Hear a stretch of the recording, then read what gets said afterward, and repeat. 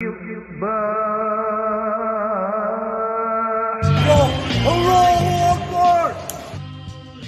dong. Hello? Yes, that's right, infidels. You found us here, channelattitude.com, Hameen Media Group, where you get the most real talk, the best reviews of all your favorite wrestling shows from AEW and WWE, Impact, and more, because we're going to break it all down with the best staff in professional wrestling at HMG. So you don't need to go anywhere else, because there's no 5 stars here. There's only $5 face slaps, infidel. Hello, Akbar! So sign up today, channelattitude.com, Hameen Media Group, and join the Hameen Army for the most real talk in professional wrestling. YOLO!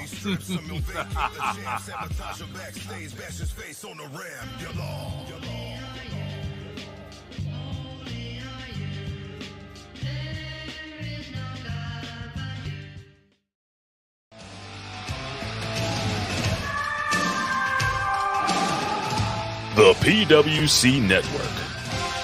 What the world is watching and listening to.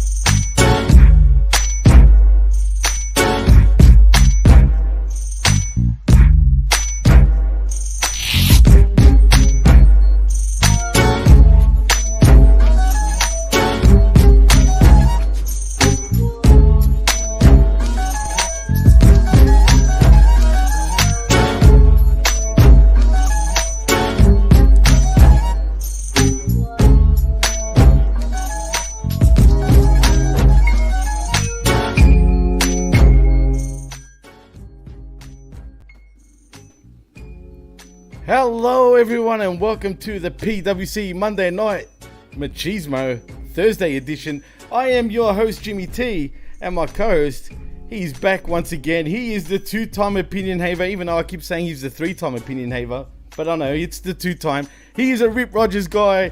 He is Jaime, the vet. Willaims, welcome back to the Machismo, my friend. And what's crack-a-lackin', man, after we did the Next Level podcast like this morning or yesterday, I guess now? I haven't seen you in a whole day, Jimmy. I know. Tell me about it. It feels like we just did the show like not too long ago. But yeah, it's been about 24 hours exactly, true. Yeah, yep, just about. Unbelievable. So we're here on a Thursday for Monday. Yeah. After Tuesday, which was on a Wednesday. Or I don't know what day it is. I don't know about you, Jimmy, but I got a shoot job, and when I go in to the job, it's one day on the calendar, and when I get off, it's the next day on the calendar. So that can play a little bit of havoc with your mind, but you get used to it after a while. Dude, I was gonna say, I used to do night shift myself, man. I prefer the night hours, to be honest, man. I'm a night guy, as I can see, as you are. I can only do that. I hate day shift, bro, straight up. I'm not gonna lie, but I don't know how you do it, man, because you look fresh, man. You look fresh as a daisy. I swear, I kid you not. You look fresh. I don't know how you do it, man, but that's why you're the vet, man. It's the drugs, Jimmy. Come on, man. It's too late to be laughing at that, but that's a good one. I'll give you that. But we are here to talk Monday Night Raw, fortunately or unfortunately, depending how you look at it. Very unfortunately, yes. Well, fortunately for everyone else, because we'll have to... And like I told you before, Jimmy, I've got a lot to make up for, because the last time I was on the Machismo, I wasn't on my game, and I owe everyone a makeup show. I owe everyone an apology. So I'm here to make it right and be the best vet I can be for all the wonderful fans of the PWC. Absolutely, and we've already got a few comments, and Facebook user says, "Oh my God, my favorite podcaster." Oh God! Well, 2 male escorts. That's right. Well, yeah, you need to pay us, y'all. I mean, the phone's not ringing as of now, but I'm sure it will be now that we've been live for 5. Well, he also says Vet never needs to apologize. Well, I apologize. Then I'm sorry. I didn't mean to. It's like the Homer Simpson line, right? He's like, one thing about me, I never apologize. I'm sorry. That's just the way I am. Nice. I like it. That's a good one. Mm-hmm. Apparently he wants to hear a little compare and contrast between Collision and Dynamite, or with Dynamite. What's with everybody wanting to talk AEW all the time? Every show people want us to talk. We've spoken about it already on numerous shows, but hell. Well, for one thing, Jimmy, it's not Raw. So that's one reason why they want to talk about it. For another thing, AEW's all the talk in the streets, because we already know that the WWE is the same old shit. We know that. It's never going to change, no matter who buys it, who sells it, who's in charge of creative or otherwise. We know it's just going to be the same boring shit. AEW, on the other hand, quite tumultuous, right? Like, there's always shit going on, and it's always ready to go on. So we just never know what's going to happen. They are the dirt sheets dream promotion, I have to tell you. Well, I'm glad you actually brought that up, because I don't know if you caught Dynamite yesterday by any chance. Of course. You probably haven't. Oh, you have? Of course. Oh wow. Jimmy. Well, how could you say such a thing? Well, I haven't released the skirmish yet, but it will be, like, after we're done, it'll be up on the download. You can find it on YouTube, Facebook, and Twitter for the time being. Sure. But I don't know if you caught what we were saying. It was me, I didn't get to hear the skirmish, but I did watch Dynamite. Well, put it this way, we all gave it an F, right? Really? But yeah, we all gave it an F. But on top of that, I even gave it a Z. A Z? A Z. If there's That's such a way thing. lower than an F. That's way lower than an F. That's how much I thought this show sucked. Chris thought the same, and including Jeff, funny enough, we all agreed. But I keep seeing people online thinking this show was great. But maybe it's just me. I don't know. Well, it's obviously not just you. It's at least two other guys. But I will say, like, I would not even give it anywhere near an F, let alone a Z. I would give last night's show a C plus. Wow. Maybe. Really? Yeah, like, now, keep in mind a couple of things. Last week's Dynamite, pretty decent. The 3, 4, 5 weeks before that, almost unwatchable. So we're coming off a series of bad Dynamites that encapsulate everything that's wrong with Dynamite. And then last week we get a decent show that kicks off with a hot title match, or it's not for the title, but it's involving the title, right? With MJF and Cole. And then, the rest of the show is what it was. But like Ben and I discussed on the Light the Fuse on Jaime Media Group, channelattitude.com, we said that even those sloppy matches like the 6-man tag or the schmaz at the end of the show, like, even though they were very, very not pro wrestling, the crowd was very hot and into it, and they all had a good time, and that energy was pretty infectious. So it ended up seeming better than it was. Now, this show, not that great, not maybe as great as the previous week, and yeah, there were some things I didn't really want to see, but that's every AEW show, really. And if you contrast that with, let's go back a year when they're trying to promote the first Forbidden Door, and think of not only how bad of a job they did at promoting Forbidden Door and incorporating the New Japan talents into the show, but how many talents weren't able to end up making the matches or being available because we still had international travel restrictions and people were getting sick, people were getting hurt, people were just dropping out left and right, and the Forbidden Door we were promised was not what we ended up getting. So that was like... The Dynamites from last year around this time were falling well short of the expectations. Last night and the week before, I thought they gave us just enough of the New Japan guys and put them in the right places. Not the best they could, but better than last year. So progress, Jimmy, right? But some progress, I think. I hope so. Personally, I'm actually looking forward to Forbidden Door because, it's the Forbidden Door, right? But why are we getting, was it Kojima versus CM Punk? Now, that was an interesting one. There must be some kind of unspoken reason why that it wouldn't be say a Kenta, for example, who's been trying to book his own stuff with CM Punk for the better part of last year. Right. I don't know if Punk is ducking the guy because he ripped off half his shit, but I really don't know what the deal is with that. It was supposed to be Punk and Tanahashi last year. That's one of the things we didn't get, and Moxley had to come in, right, for that. And I kind of thought they would go with that again before they did the MJF thing. I thought they would try to redo Punk and Tanahashi because, Jimmy, I don't know how much New Japan you've been able to catch lately, but Tanahashi is visibly getting worse in terms of like his walking. He looks like he's even just walking to the ring. He looks a little more labored. The knees. He hasn't really taken any significant time off. He keeps on grinding. He's on every tour. He's traveling internationally. Like this is not 2008 anymore. No, definitely not. You can't ride this horse like this anymore. Which is why MJF is the perfect opponent for him because MJF can work and they can have a good match without expecting way too much of him, right?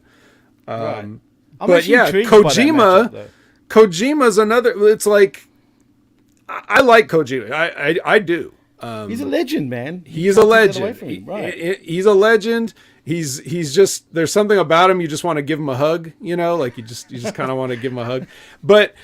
But damn, like this came out of nowhere. It's just like, oh yeah, and this is happening. Here it is in this graphic. When we got a tournament going on, and CM Punk's in the tournament, and Kojima's in the tournament. It's like, are you just pairing up 42-year-old? No, he's older than that. He's like 52. Yeah, easily should be roughly. But then again, I was so wrong about Moose. So, I mean, well, I know for a fact, just like I know Moose is 39. I know that Kojima's over 50. So, wow, it is a strange pairing, but. Who knows what the reasoning is behind it? Maybe we'll find out. Yeah, I don't think the match will be that impressive either. I hope I'm wrong, but I don't know, man. We'll see. But the good thing about Kojima, I will just say before we move on, is he doesn't do anything now that he didn't used to do when he was younger. So he can still have the same match that he needs. And there was a period of time there in Japan where. You know, he's over the hill now, and you know how it goes in New Japan, Jimmy, right? Where you start out as a young lion losing, then you go on your excursion and be who you're going to be, and then when you get to a certain age, you're there to put over the new generation, right? And even though he's been in that spot, there have been times where guys weren't able to make shows, and they've had to slot him into main events and things like that, and he's pulled off the same 25-minute main events that he would have had to pull off in his prime, so he can still go. But it is just a weird match out of nowhere, like you said. Yeah, no, it is weird, but whatever. I mean, we'll see how it goes. I'm still excited for the actual pay-per-view, but like I said, I'm more worried about Shibata out of anybody, though, Vet. I mean, the fact that this guy is still going to be in a match, I mean, come on, man. Like, it's just, I don't know, man. I get it. He just wants to keep wrestling and whatnot, but he's got a piece of his skull missing for crying out loud, dude. Yeah. So does Jackie Chan, and he made movies for 30 more years. Yeah. No, really. Didn't you ever see Armor of God? You remember when you never saw that stunt where he fell off? Yeah, he fell out of that tree or whatever and cracked his skull open, and he made movies for another 30 more years. So, you know, well, I was young. You don't need a whole skull to be an athlete or a performer, Jimmy. It'll be all right. Well, I guess not. But look who's in his house. It is Aaron Ben Shlomo. Hello, everybody. Love and Aaron hello Ben to you. Shlomo. He's got a question too. Would you like to ask me his question? Well, I will ask you your question from Aaron. He says, Vet, do you think that with the way that Juice Robinson looks and the way that he talks, he should get a Brian Pillman loose cannon type character to match how White is calm and relaxed? That's an interesting actual thought, Vet. I kind of like that. I mean, that's something you could do with Juice. He's kind of doing it. Kind of, right. No, he's not exposing the business the way Brian Pillman was back when he was doing that. But nowhere near. Yeah, but he is yelling and acting like a madman all the time, which that's kind of what he's at. I was explaining to Jeff and Chris on their Collision review that with Juice Robinson, because it seems like lots of people are saying that, not just them, but even guys like Cornette and Brian Last are saying that Juice Robinson seems like the star of the team. Yeah, it's true. And Jay White is like, we thought he was supposed to be the big deal, but we like Juice Robinson. And I was explaining to them, and you already know this, Jimmy, Jay White is the gift that keeps on giving. 100%. Juice Robinson is remember like a long time ago when they had that singing, that big mouth bass singing Billy Bass or whatever that you hang on the wall and it sings like "Take Me to the River" or some shit, and it's like a funny gift, right? And you laugh at it once and then now you're stuck with it. It's like that's the one joke. It doesn't ever change. Juice Robinson has been Juice Robinson for 6 years. He's never going to do anything different. It's just new to everybody because they're seeing it now in the United States. But we're already tired of Juice Robinson. We've seen that this is what he does, right? Always true. Am I wrong though? No. Has he evolved one? Although he switched heel, that's the only thing. But he's basically been the same as a babyface. He's always yelling and being outrageous, and it's one trick. He's got the one thing. No offense to him, he's good. He's getting better.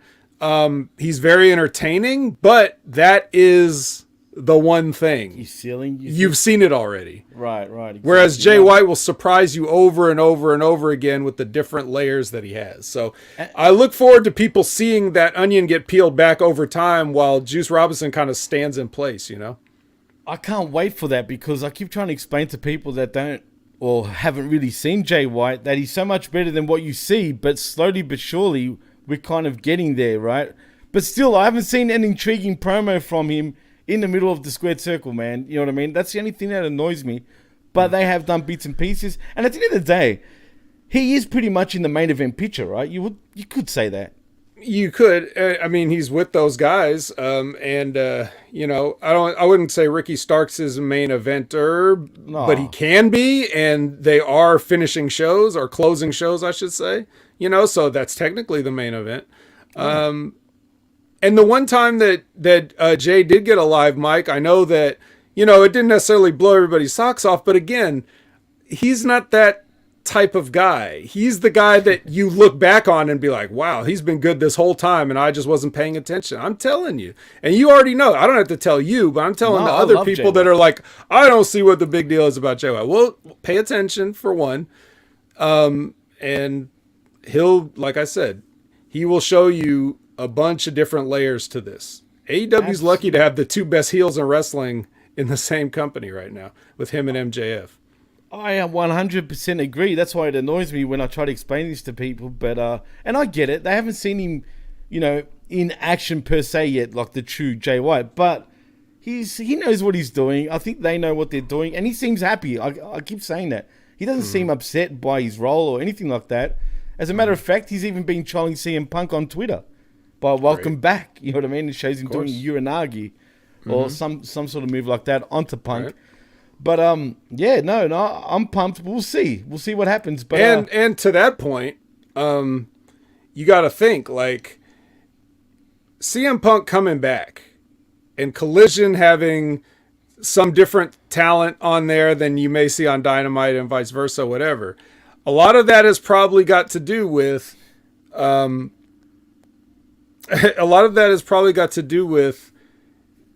Punk saying, look, here's a list of people I think could, you know, kind of like you heard the Click saying back in the day, like, here's a list of people that can go. You know what I mean? Right. And putting the guys that they like in the company on that list. And Punk probably has a similar list, which is why you probably see some people. So there may be no coincidence that you find a guy like Jay White on the same show as Punk coming back, right?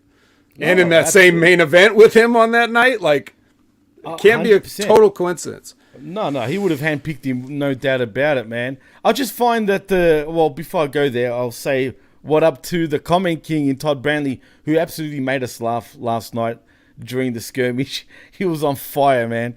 But he says MJF, Tanahashi, and Ospreay Omega should be good. Besides that, who knows? I mean, they're the two main matchups. I mean, Okada Danielson would be. Oh yes, that would be a banger. Of course, how did I forget that? That would be the best. That would be the best match. 100%. More than likely, no question. Right.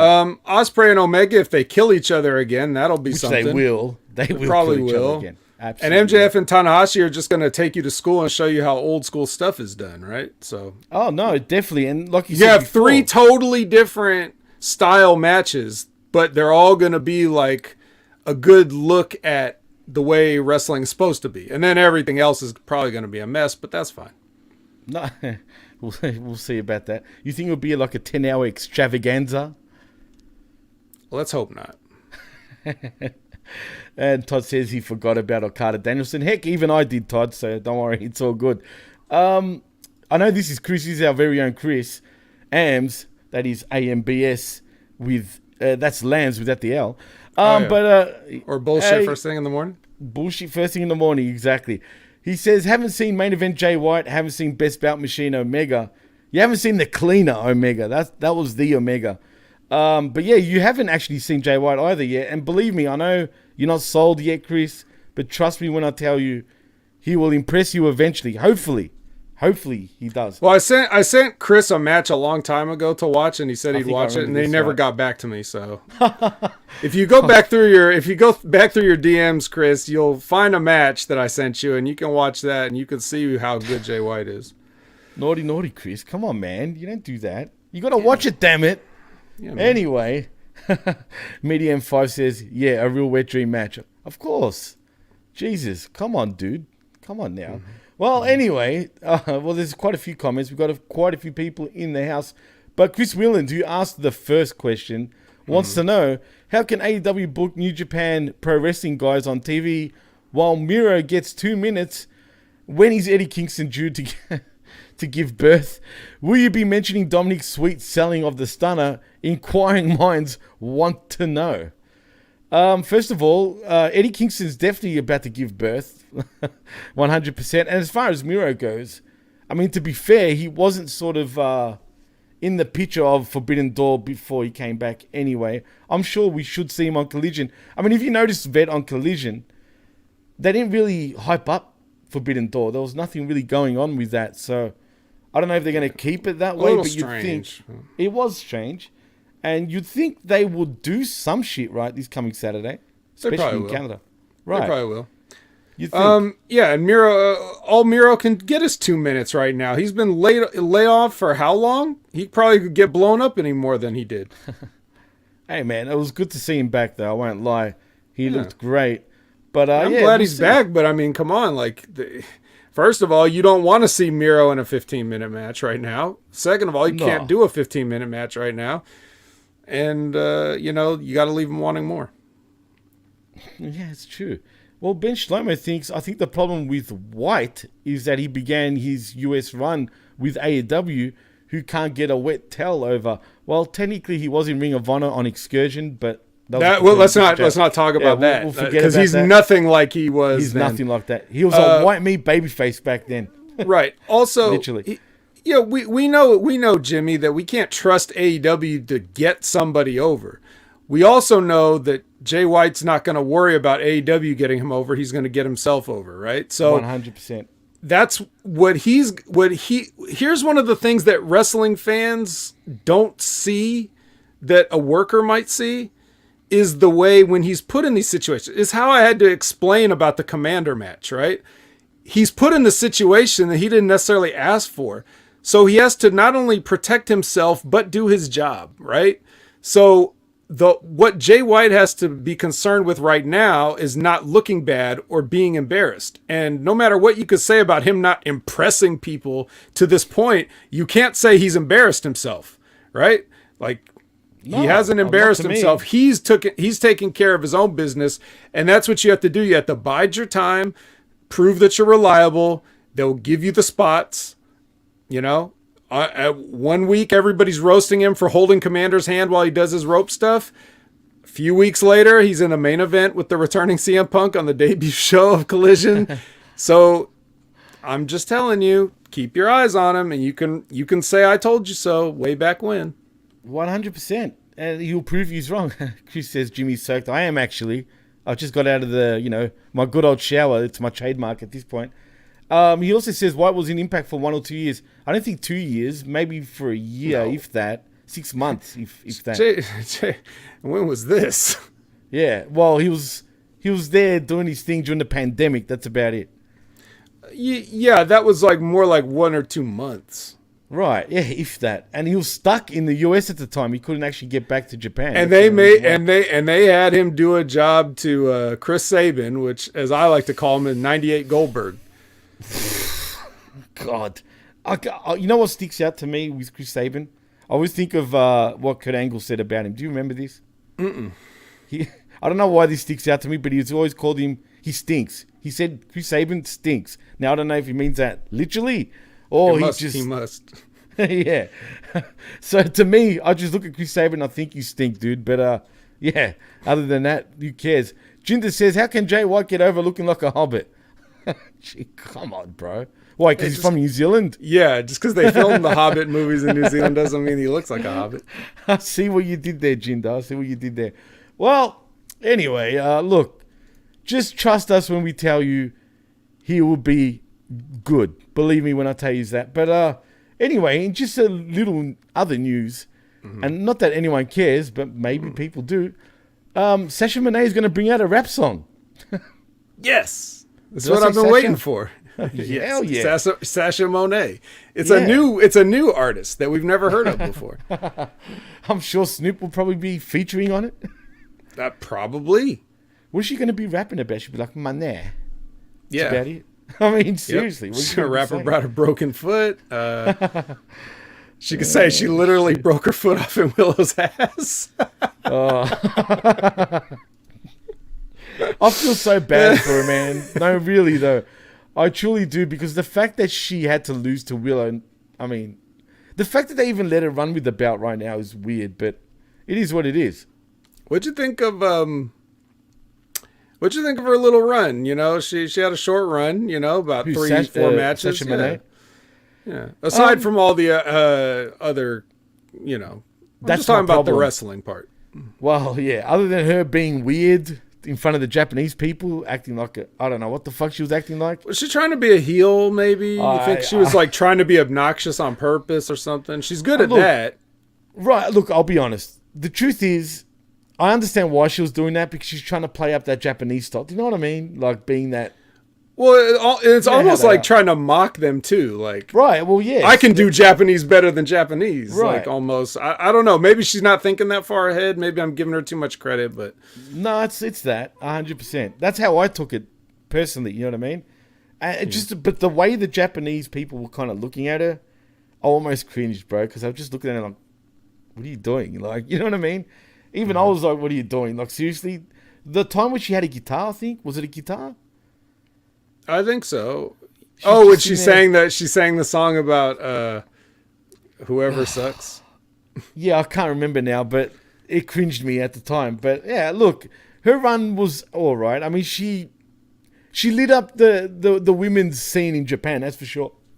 Because at the end of the day, she is a big name. I mean, it is what it is. What I find interesting, though, is she ever going to be back in WWE, and is she going to end up in AEW? She's not going back to WWE. You don't think so? No. Not after, well, first of all, she had a job and she walked out. True. That should tell you a lot, right? Right. So, no, she ain't going back, and I think everything with the sale and Vince McMahon and everybody coming back and everything like that, and just things being weird there, I think that cements the fact that she's not coming back. Like, she probably has no interest in being anywhere around that or those people anymore. Plus, why should she? She's already done everything there is to do there. So what's the point? For her to hold this new urine-colored championship? Like, is that what she's gonna do? It's pretty ugly, right? The women's it's so WWE. Disgustingly ugly. Anyway, so yeah, what is that? The appeal to come back? No, come on, that's no.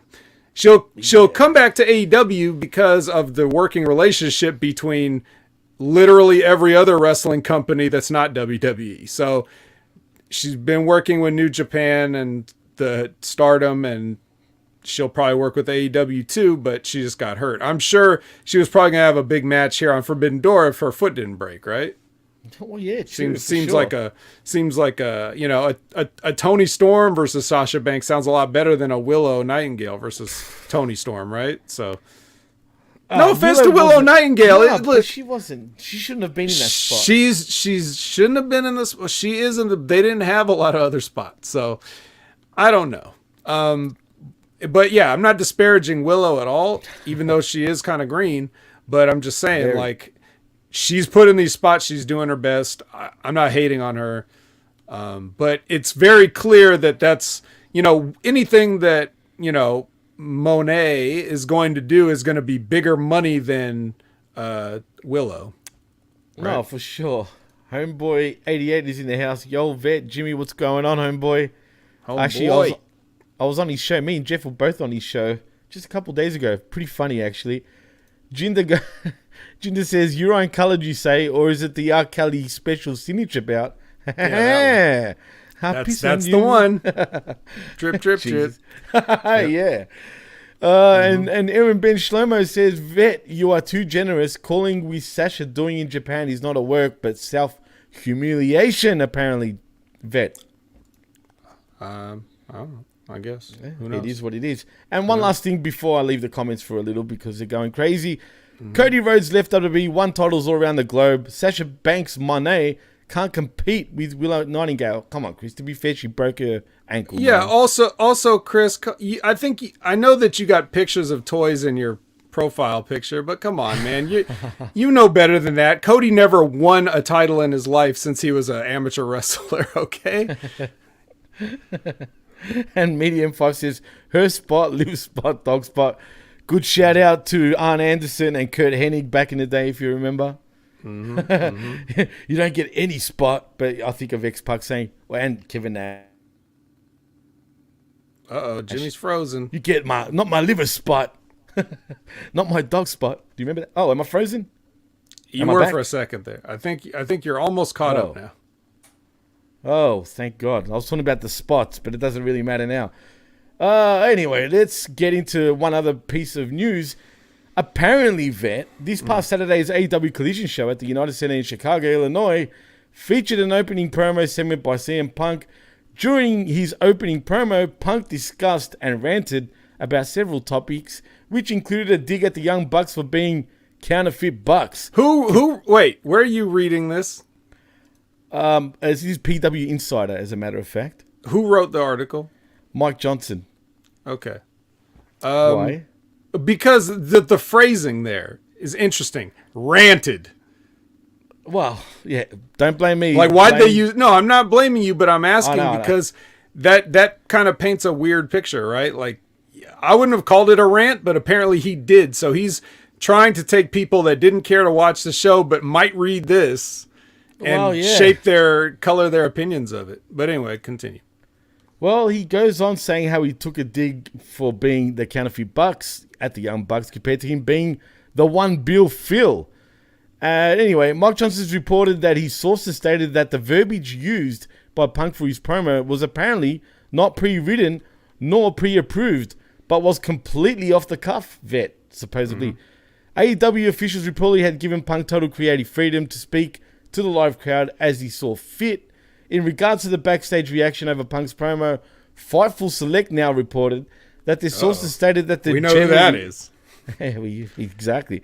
That the general reaction was mixed, with some pointing out Punk's removal of the AEW mic flag logo was similar to what he had done for an angle in the past in WWE. It was reported that people on both sides spoken to had felt that Punk was just getting out what he needed to get out, and others spoken to reportedly felt that it was a little hypocritical of Punk to make comments about others being soft after he was publicly upset about his Hangman Adam Page program and its promos and the spots he took issue with. What do you think about that? Is there any truth to that? Do you think him calling everybody else soft? I mean, he could be talking about himself also. I mean, when you think about it, it's not my fault, you know, everyone's favorite wrestlers are soft. Right. I mean, he could be also talking about himself. Do you think that was hypocritical if he wasn't, though? No. Because the thing wasn't public. He never said anything in public about Hangman's thing until much later. When people were asking him, why the fuck did you do that? You know, talking about going off at the scrum with the muffins and whatnot. It's like, nobody knew anything about it until then. So he made us. They're making it sound like he came out and complained about Hangman Page's promo the next day. No, these people are the ones who run and cry when anything happens, or take their shots or do whatever. So if he feels like he needs to say something about it, that's fine. Now, as far as him having the creative freedom goes, he said in the thing right before the package they played on Dynamite before Collision, he said, "I don't know what I'm going to say till I go out there."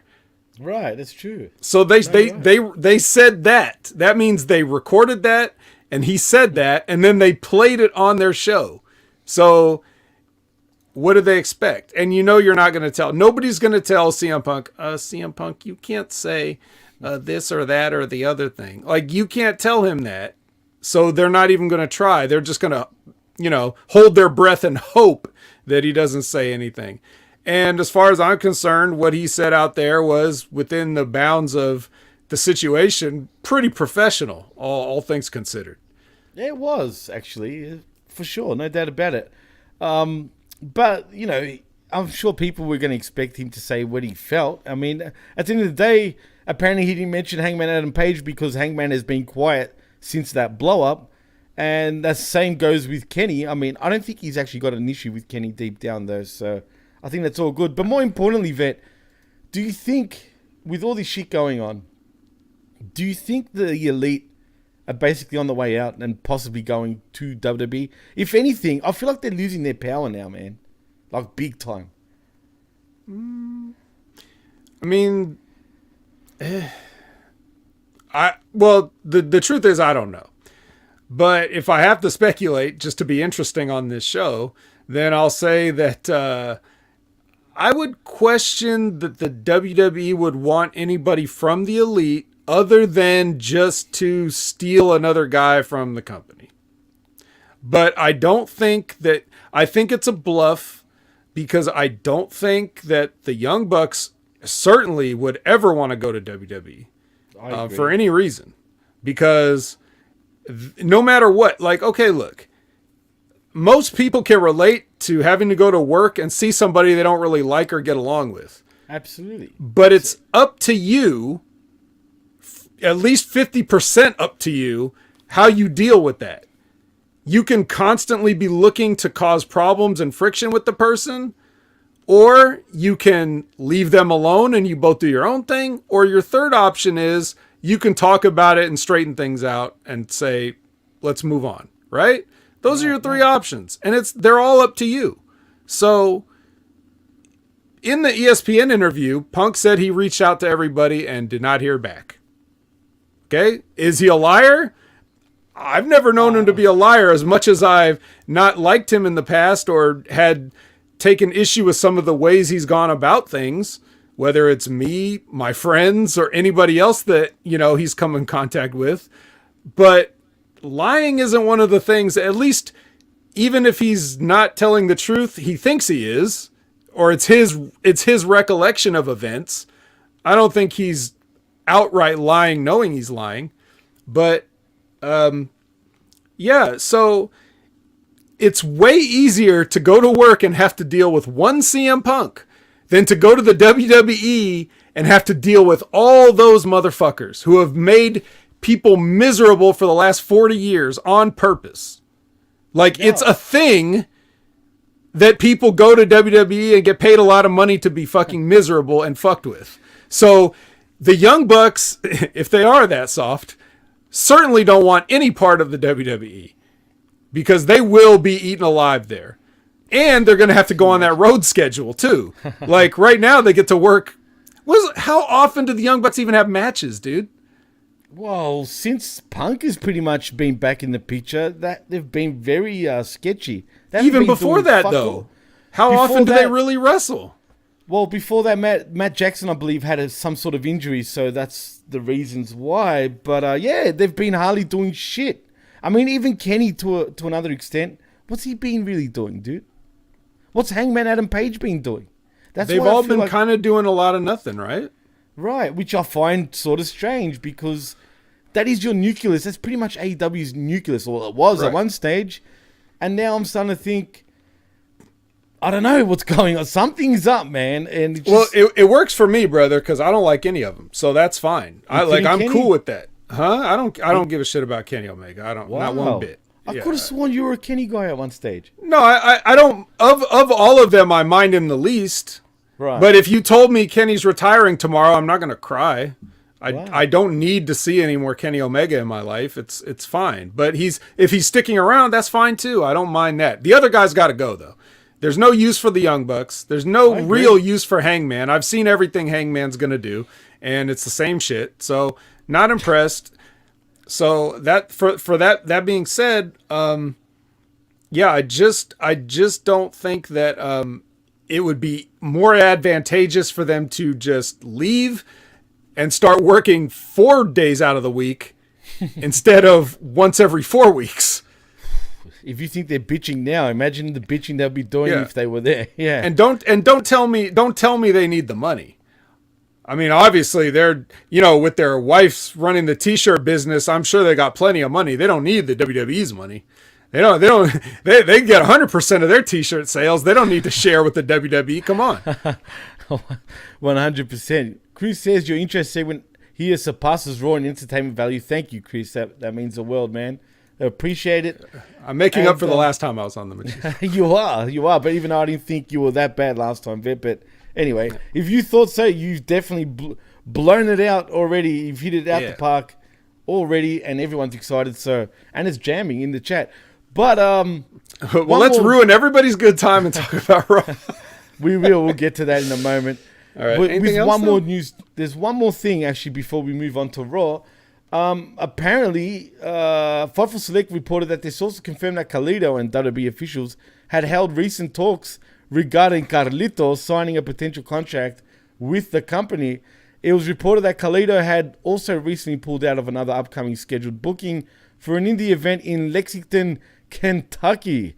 PW Insiders Mike Johnson reported that his sources stated that Carlito's name had yet to be officially added to WWE's current internal roster list as of the time of this report on Friday. Now, it seems pretty much confirmed that he signed with WWE. Has he signed with WWE? Do you think it's pretty much a done deal, right? I don't know. Yeah, neither do I. This is another question where I would have to ask, what do they want him for, and what does he want them for? Right. Well, I mean, to be fair, he's never really bashed the company. I know, but still, it's got to be a sweet gig not being on the road all these days out of the year to just show up and eat apples and catering with Shelton Benjamin. I don't think people really fully realize, obviously you must, if you're watching Raw, like if the people here, like say a Chris Winland, for example, it seems like he probably watches Raw or at least keeps up with it. Just for an example. So he knows how many people work there versus how many people are actually on the episodes. So you got a lot of people just doing absolutely nothing there. And why do you want to add another one? Bro, what is Carlito going to do at this point? Is he going to get the run on top? Is he going to be the one to beat Roman Reigns? Like, what the fuck does Carlito need to be in the WWE for at this point? I'll tell you what will happen. I can see him doing exactly what they did with him when he first debuted in WWE back in 2005, I think it was, when he won the United States Championship against Cena. I can see him beating Theory. So do in we his first ever match. Oh, okay. Can you see that? I can. No, I absolutely cannot. Okay. No, absolutely not. No. And Interesting. I didn't necessarily like it when they did it then. Now, I've always liked Carlito as a like a wrestler, as a personality. Right. Even the way they brought him in and his gimmick and everything like that was fine. Dare I say cool.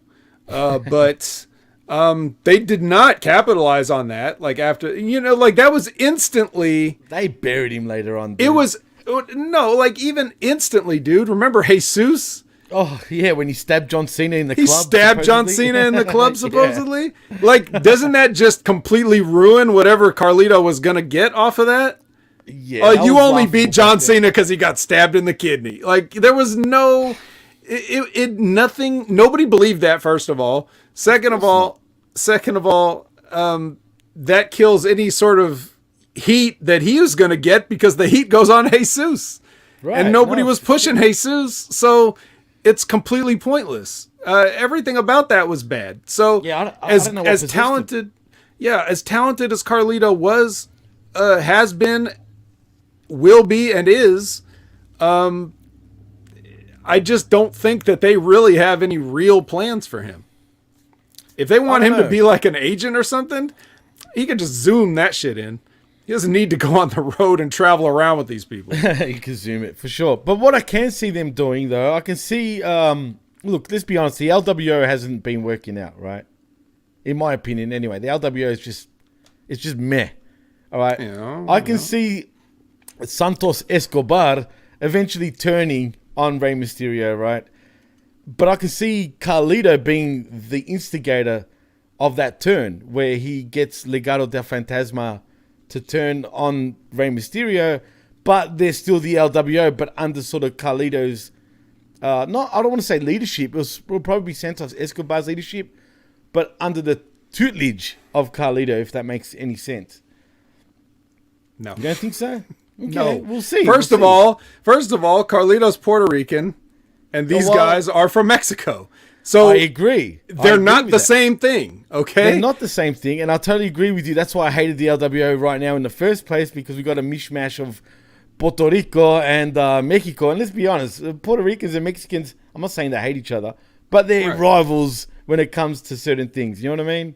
Well, they certainly don't like to be confused with each other, and they're very different, even though they're right. And they're only throwing Zelina in there for a demographic, even though because to those racist idiots, it is all the same. Right. No, absolutely, you're right. So I could see them bringing in Carlito to be a part of it, but I don't think that's really what they need. The whole thing that they've been doing is weird and wrong. It's, first of all, if you can just get past the ridiculousness of the idea that Santos Escobar was supposed to be some kind of a cartel leader with a gang. Oh, he's that so like the other two guys that he has with him were kidnapped in the NXT parking lot and brought back as his henchmen. Like, so we're forgetting this whole thing, but even if you can look past all that ridiculousness, that's the image.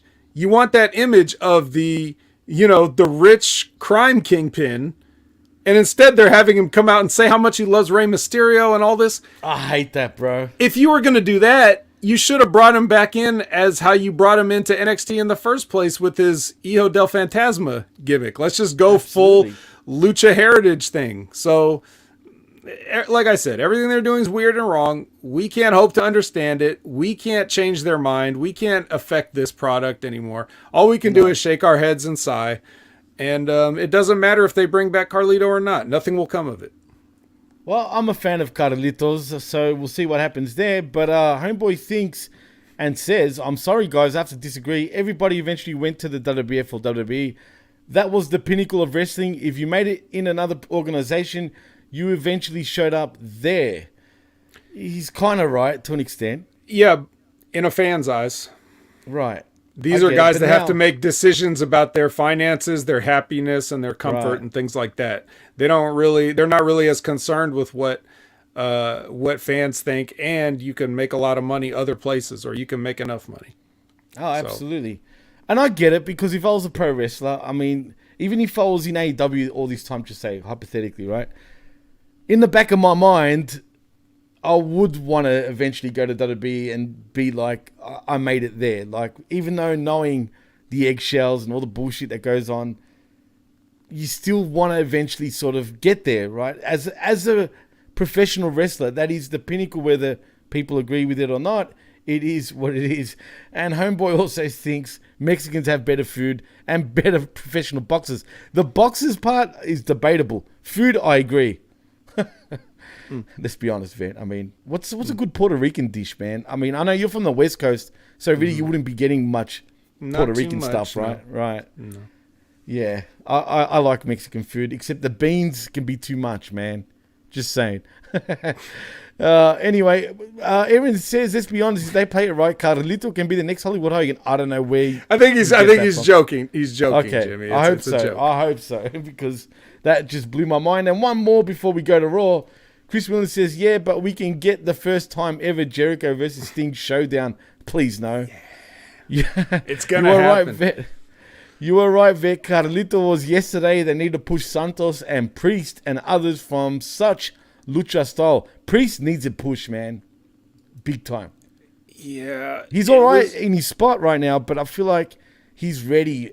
Like, he's pretty much ready at this point. Right. It's weird, and we're going to talk about Raw where he does a clean job.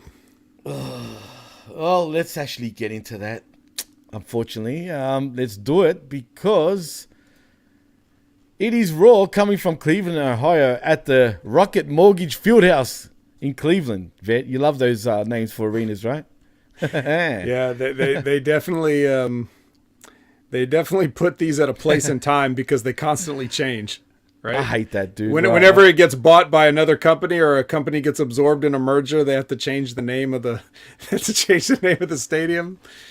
So man, the only thing that makes sense, like down here, right? We've got a dome stadium called initially it was called Telstra Dome, thanks to sponsorship, but now it's called Marvel Stadium, right? And the cool thing about it, I mean, there's Marvel stores inside. There's all this Marvel shit like all around the stadium. That's cool. So like the comic books. Yeah, Marvel. Oh, okay, literally, it's right. called Marvel Stadium. Like by Marvel, the comic books. Gotcha. Okay. Literally sponsors the dome, the stadium. Very and nice. Yeah, we've got like a Marvel superstore in there and shit. It's been going on for the last 2 years. Yeah, it's weird because you would have thought they would have done that in the States first, but for whatever reason they decided to do it here, and it's cool the way it's done. That type of deals I kind of like, right? And it's still, as far as I know, it is still the deal. It's still Marvel Stadium. I don't know how long that deal is for, but that's kind of cool. Whatever possessed him to do it is interesting. I wouldn't mind looking more into it. But yeah, I like that. But everything else, fucking insurance companies and all this shit, I just find so weird and just confusing. But anyway, we do come from Cleveland, and we see Seth Rollins looking for Finn Balor backstage, but then he only to get blindsided, Vet, and beat down by the by the Prince. And while road agents circle and look for an opening to pull him away, Finn says he's been waiting 7 years for this, and it'll be his at Money in the Bank. Can I ask now, because I was away for a couple of weeks, I hadn't watched Raw for a couple of weeks until now. What the fuck is Finn's problem? Like, why is it so personal? That SummerSlam match. Really? From years ago? Where he injured him? They're trying to make that the angle that he's never let go of it. And last week they were in the ring, and in one of the worst, most unwatchable segments that Raw's ever had, and that's been quite a list. Finn and Seth stood in the ring while the crowd just never stopped singing the Seth Rollins song for like 10 minutes. The promo could have been done in 3 minutes if they had just done it, and it stretched out to an interminable length of time. Wow. So what Finn was trying to say was that, he took everything away from him because that was his time. Like he was supposed to be the Universal Champion. That was supposed to be his spot. It was supposed to be everything.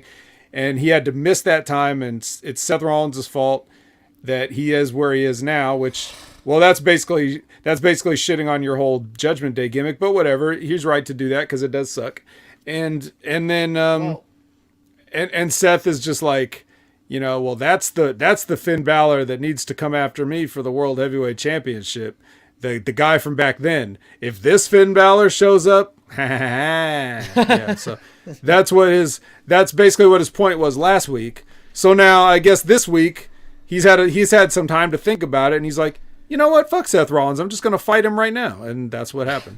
Well, it does extend over to NXT also because it's that personal that he chased him over to NXT also. We can talk about that at the end as like a little cherry on top. We obviously don't need to do the whole thing because you did the whole thing with us just yesterday, which you can find on channelattitude.com. The Next Level Wrestling Review with myself, Big Ray Hernandez, and our PWC's own Jimmy T joined us with a full recap from Lisbeth. And Billy Ray Valentine with a run-in. Yeah, it was just a star-studded Next Level. If you guys aren't watching it, it's live every Wednesday at 8 a.m. Pacific, 11 a.m. Eastern. But anyway, Jimmy, we'll Great talk show, about that. But here again, now we have a situation where pro wrestling, I'm not saying a company name even, because this is a problem for everybody. They're trying to sell us a wrestling match by having a backstage fight. So you see him jump Seth Rollins, and now we're supposed to he jumped him in the back and beat him up. I can't wait till these guys get in between the ropes and have rules and time limits and restrictions. I can't wait for that.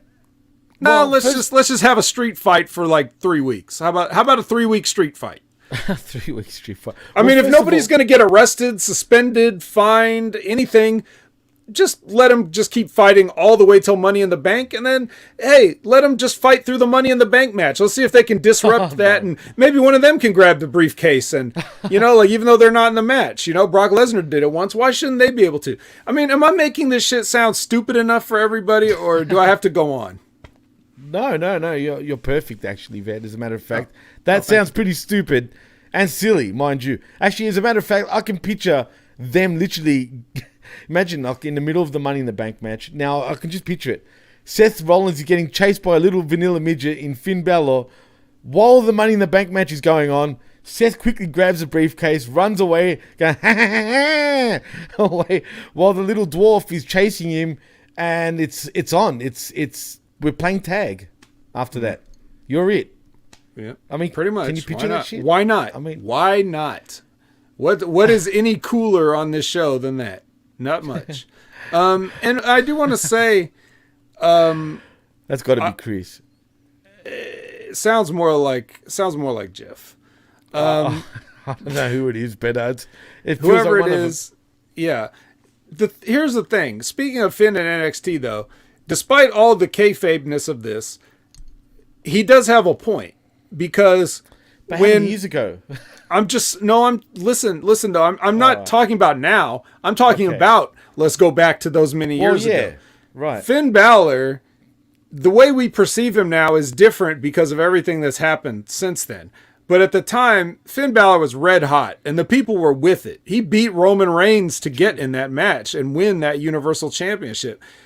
And nobody seemed to be complaining about it at the time because he had just been coming off his NXT run, which had been great. Matches with Samoa Joe and Shinsuke Nakamura and all these guys, like really good main event run in NXT. He was more than ready to make that leap and come up and be a big star. And that shoulder injury, he never was the same after that. So, that was his chance to ride that momentum, and momentum is a thing sometimes. So we'll never know if he could have pulled it off. Now, maybe things would have ended up the way they ended up, but we'll never know. And I'm sure that as a shoot, he probably thinks about that a lot. I'm sure he's fine with everything, but he's using that, or they're using that for his character, for this storyline.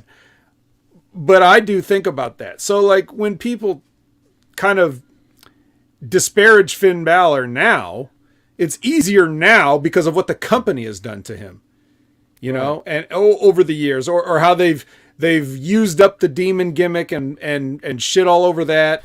We want to think that he has a chance to beat Seth Rollins for this World Heavyweight Championship. And yet between him and Damian Priest, for the past couple, 3, 4, 5 months or whatever, these guys are getting beat by everybody in meaningless Raw matches.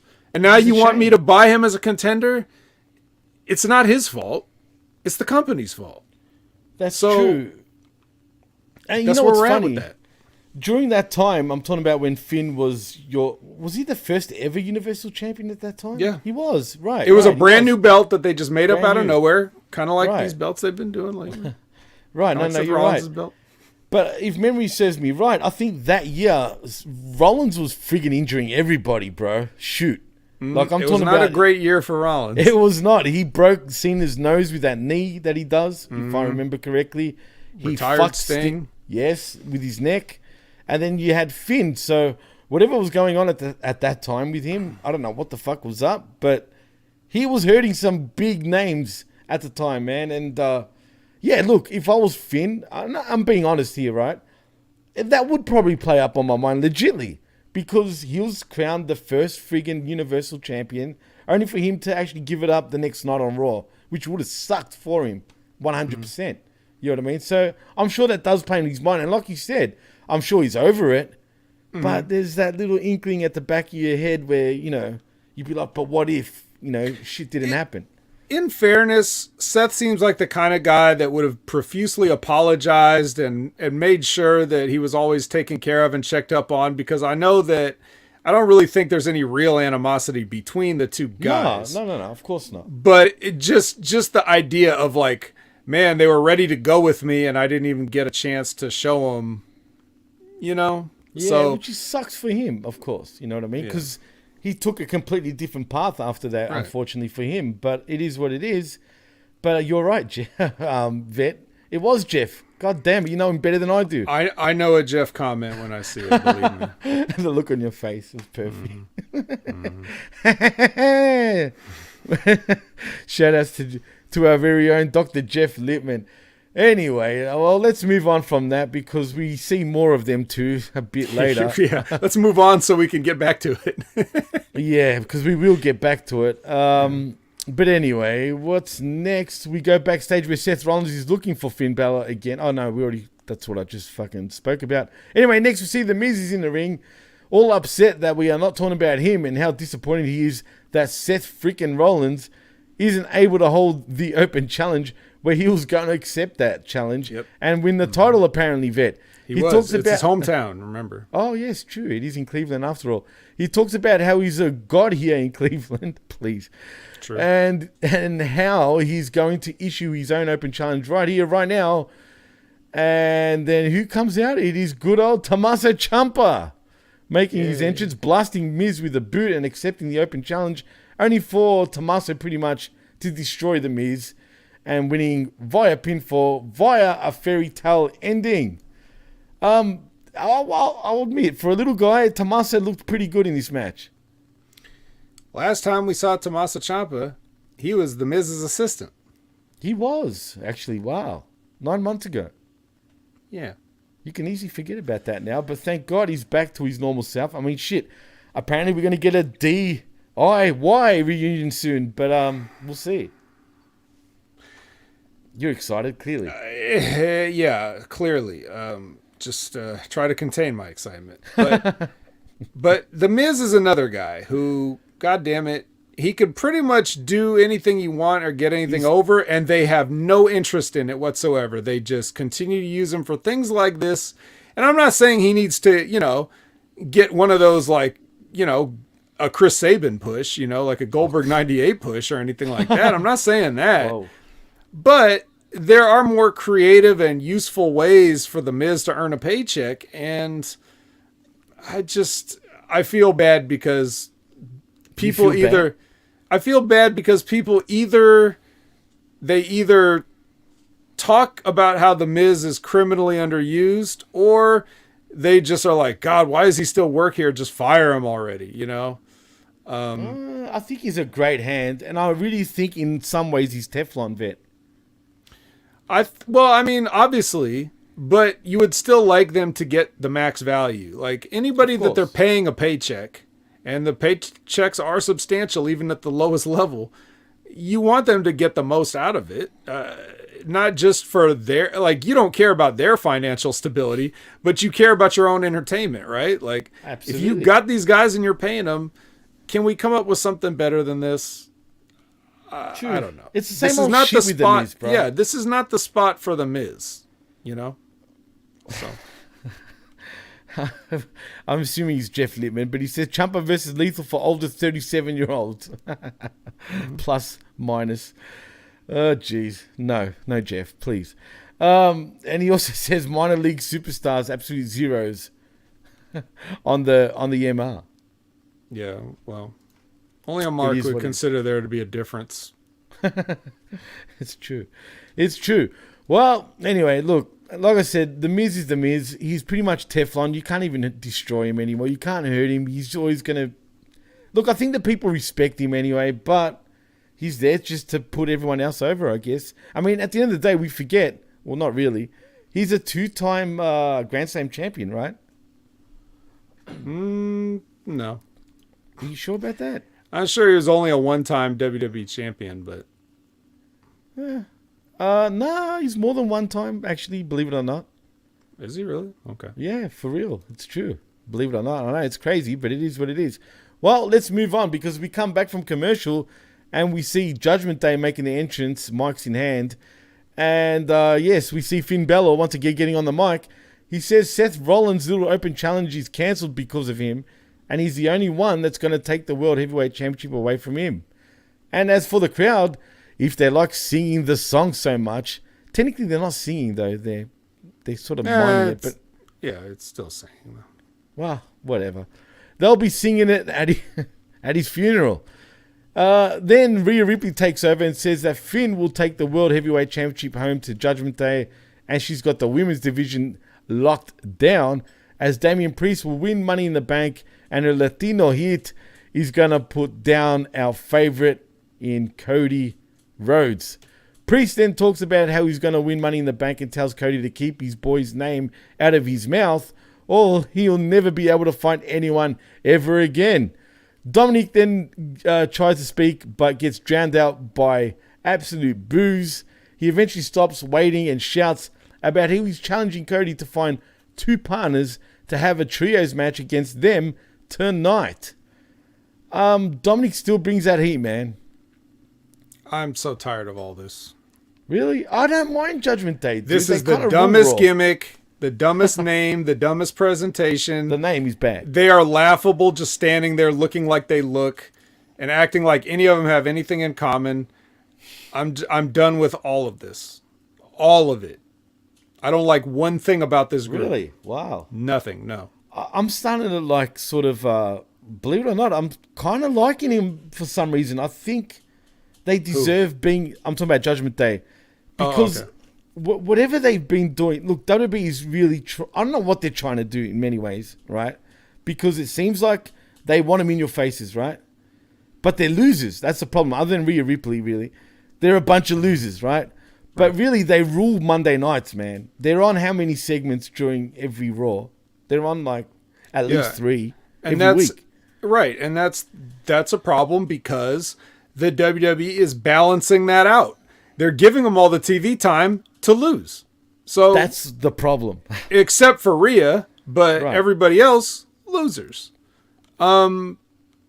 What is that heat in their mind? Like, oh, these guys come out here and talk big and they lose all the time. So, that keeps them strong as heels, I guess, for talking a lot of shit. I don't know. There's something that Finn Balor mentions in this promo. Actually, 2 things. One we'll talk about when we're done because it relates to NXT. Right. So remind me about that. Second one is he says they'll be singing that song at your funeral. So you're making a promise that you can't keep, that you're going to kill Seth Rollins, right? Like, it sounds like a cool line until you realize these guys are going to have a fucking wrestling match, and he's going to at some point in that match, Finn Balor's going to try to roll him up for like a near fall. And that's not exactly putting a guy in a coffin, is it? Well, schoolboy. Exactly. Yeah, it's not quite. Schoolboy. Yeah, what if he pinned Seth Rollins with a schoolboy and he won the belt, and then he's like, "Oh, okay, well, forget what I said about killing you. All I care about is being the champion now." Like, don't make promises you can't keep, even if you are a heel. True. Because you just sound stupid. Well, 100%. Medium 5 says, stop saying schoolboy. Well, that's what they say, for fuck's sake. And apparently, well, I'm assuming it's Jeff. Good timing, Jim. They're about to split up. Are they? I'm not even sure. I don't think so. It doesn't look like they are, but who knows? Yeah, I hope they do, but it doesn't matter. And Homeboy brings up an interesting question because I don't think he actually realizes this, but he says, can Cody Rhodes join the LWO because he has cholo hair? Actually, I'll give you a fun fact, Homeboy. Would you believe that Cody is actually half Latino? He's actually half Cuban. So he could join the LWO because he really is half Cuban. That's What's more Mexican? A homeboy, a Cuban, or a Puerto Rican? I had to go to the source for this. I have to go to a Mexican for the answer. I can't necessarily ask Jimmy. So I need to ask the source. So anyway, what's after this whole bullshit with the Judgement Day? Well, what's after this whole bullshit? Hey, did I mention that there's actually Mexicans here in Australia? There actually is, believe it or not. Yeah, right. For real. Well, I'm still not going to ask you. But I actually know a few Mexicans. But anyway, where are we? So after that, we see a Bloodline video package. We don't even need to talk about that. We also see Byron Saxton interviewing Kevin Owens and Sami Zayn backstage. This is kind of funny. Owens is upset about being asked about the Bloodline again. Zayn tries to get him to calm down and says they need to talk. He didn't want to do this in front of people, but enough's enough. KO says it's just them, and Brian says say it. Sammy admits that he thinks Kev is a rageaholic and has an anger problem. Owens is predicted. He's actually, upset, and Zayn says if he can avoid having any other tantrums for the rest of the night, he'll leave it be. But he blows up But if he blows up even once, he has to admit that there's a problem, and then KO accepts his challenge and walks off as Zayn apologizes to Saxton. It's funny, but it's kind of dumb. But it's not funny, Jimmy. This is like TGIF era sitcom level of plot, devices. Don't get the angry guy mad, and then a bunch of stuff happens to try to make him mad. They didn't even really play it out that much. All they did was have stuff like Matt Riddle come up, or someone spilled water on him or something, or this is the worst. This is what happens when you have no plans after WrestleMania, guys. Well, I'll tell you something. What popped to me is watching the other wrestlers react, because first of all, maybe I'm moving too far ahead, so I'll wait a little bit actually to get to that point. But watching Sami Zayn kind of react was kind of cool. But Homeboy actually has got an answer to your question. Actually, he says, "Holy shit, you got to flip a coin." And then he answers later that Puerto Ricans are the Mexicans of the East Coast. He actually does have a point. Yeah. There is a lot of Cubans, though, on the East Coast, too, though, Homeboy. Right. They're both... And what about the Dominicans as well? Yeah, I don't know. It's just... These are all East Coast. Well, we don't have any Dominican WWE wrestlers, do we? So at least not no currently. way, Jose, remember? No way. I said currently. Jose. I know, currently. Thank God he's gone. Well, anywho, let's move on, because where are we next? We see Chelsea Green and Sonya Deville making the entrance as we go to a break. But what popped to me, Vet, was all that TikTok shit with Chelsea Green, especially when she was having a fit in the middle of the road, and also at the gym, and just everywhere where she's being a Karen.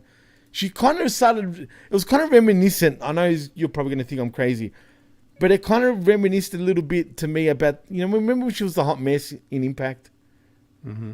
It kind of was a little throwback with the way she was reacting as the hot mess, except she wasn't a bride, obviously. Right? Yeah, even though she wears that little bridal train, right, which is a little with her weird captain hat. It's true. Yeah, Ben Hameen really, really wants this Karen thing to happen. He is not letting it go. He loved that Laurel Van Ness shit. That was awesome, bro. I liked it too, man. I'm not gonna lie. I'm sorry, I just can't go along with it. But really, nothing about Chelsea Green. I'm just saying the idea of it's just outrageous. What is she? Does she put new makeup on every day and then smear it, or does she leave the makeup on for weeks and weeks and she just stinks? She just going around wearing the same clothes without taking a shower or changing. Like, what are we supposed to really believe? I didn't want to think that far ahead, Ved. But yeah, I know you, because that's my job, guys. Fair point. I don't particularly care for professional wrestling to be treated like a joke. Okay, it's okay if there's jokes within it, but it's not okay to treat it like a joke. And this kind of shit is just people getting their, whatever. But like I said, Ben really likes the Karen thing, and he's really wants them to go full Karen. And I guess you could go Karen with it if you want. I mean, she seems to want to do that. But at the end of the day, okay, and then what? So she yells at a random guy in traffic, and then what? Wrestling match? So, you have to remember at the end of the day, these are all supposed to be athletes in a sport. And when they come in and just have to do the same old shit of having a match, it doesn't matter. Are you yelling at people in traffic? Are you jumping people backstage? Are you trying not to get your tag team partner mad? Like, whatever you're doing, eventually you got to have that match. And then it makes all the other stuff pointless. But you're right. I see what you're saying too, right? But, you can't help but just watch what you're being fed. You know what I'm saying? It is what it is. Well, we can't help it because we got to do a show on it. Right, exactly. Everybody else, on the other hand, is going to turn that shit off like they have in record numbers over the years. If you're being, if you want to be honest, that's the truth. It is what it is. But in saying that, though, she's kind of funny, though. Like, she's a funny bitch, man. I don't know. Like, I think she'd be a laugh. I think she'd make Cardona laugh all the time. That's for sure. Mm-hmm. But even though I think she should look out because the pairing of Cardona and the Aussie chick, I keep forgetting her name. I know the Comic King's in the house. He always corrects me. The Lando is her last name. I forgot if Steph DeLando, whatever the fuck. Steph DeLander, yeah. Right. That's the former. What's her name from? NXT, Persia fucking... Persia Parada. Parisi or Parada, right, whatever it was. She's cool, man. I think she's so much better outside of WWE. I think she's... Is she going to steal Zack Ryder from her? Man, I don't know. They've got great chemistry, bro. Have you seen the vignettes? No, I don't care. Why doesn't Zack Ryder just work there already? They want to bring him back. Why is he still out there? Is he just fulfilling all his bookings? Come on. I have no idea. I heard rumors that he was going to come back to WWE, but... Oh, he's coming back. You think so? Yeah, I just don't know what's taking so long. Maybe he's having fun. Yeah, he doesn't want to go back to WWE because there'll be no fun. Well, that's the truth. But at the end of the day, you do have your woman there. It is your wife. And, what happens when you start hanging around the boys a bit too long and you don't see your man as much... I'm just saying, leader. Anyway. Ow, my ribs. Okay. I'm not saying she's like that, but, shit happens. That's all I'm saying. It does happen. But anyway, we won't get into that. But anywho, we do see... Chelsea. We won't get into that, but somebody else might, like me. Where's Becky? She's up a ladder. Oh God, I can't stand Becky anymore. But we'll get to that too. So we see Chelsea Green and Sonya Deville making an entrance, and that sets up a match between Chelsea Green and Sonya Deville versus Katana Chance and Kaden Carter. The K sounds. Yeah, I can't stand these bitches. Remember, I've christened them the K-Sounds. That is my name. I gave them. Is that a radio station? Maybe. And the reason I called it to them is because they every fucking part of their name starts with the K sound, except for they changed Casey Catanzaro to Katana Chance. So even though it has a C and a ch sound, but I mean, there's still 75% k sounds. So K Sounds is the tag team, and they are, Jimmy. I don't know if you are aware of this, but Ray and I have decided and come to the conclusion that they are the greatest women's tag team of all time. And yesterday you couldn't come up with another one, so I assume you agree. That's true. There we go. Well, look, That's not a worked joke. great. That's not a joke. That's a shoot. Well, to be fair, I mean, what other women's tag team right now is actually... Or ever. No, I'm talking about ever. I'm talking about better than any women's tag team ever. The K-Sounds are better than all of them. And so it's funny because I was listening to the review from Ben and Stevie this week, okay?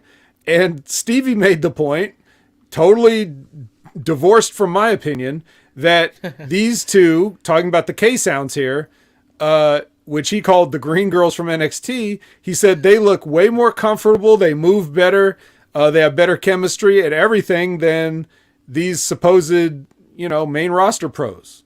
So, and he's right. Well, I mean, that's yeah, Stevie he does have a Richards. I point. mean, he's not wrong, but I'm just taking it a step further and letting you know that I've been watching these girls since they decided to be a tag team or someone decided for them to be a tag team. It really seems like the kind of thing they came up with because I could see them both sitting around not getting used and saying, hey, why don't we pitch ourselves as a tag team?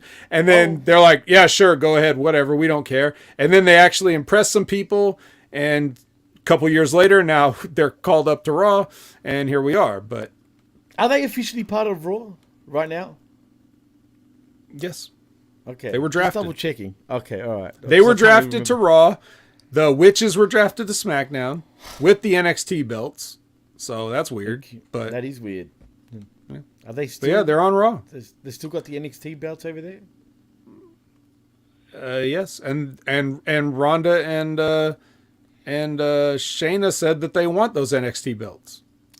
They want all the Okay. belts. Well, okay, that I'm cool with, but them wanting the NXT belts, come on now, Rhonda. Let's be real. She's like, well, if you guys are going to be parading them around here on SmackDown, we might as well take them from you, I think was her point. I get it. And why not? I get it. So we'll see.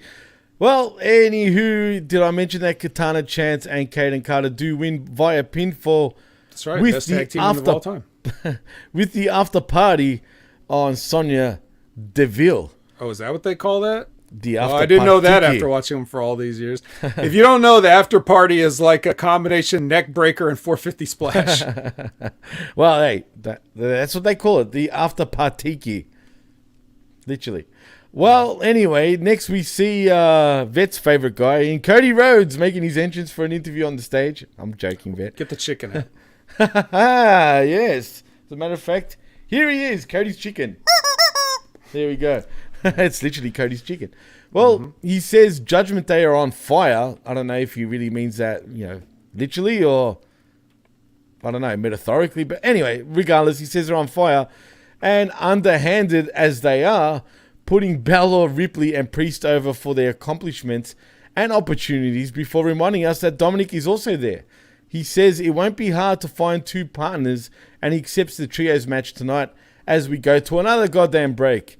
Have these guys, I mean, how many times have we seen Cody and the Judgment Day, really, over the months now? Quite a few, man. How many times? Quite a few times, dude. This is not the. I mean, it was Cody and Dom at one stage. Well, months ago.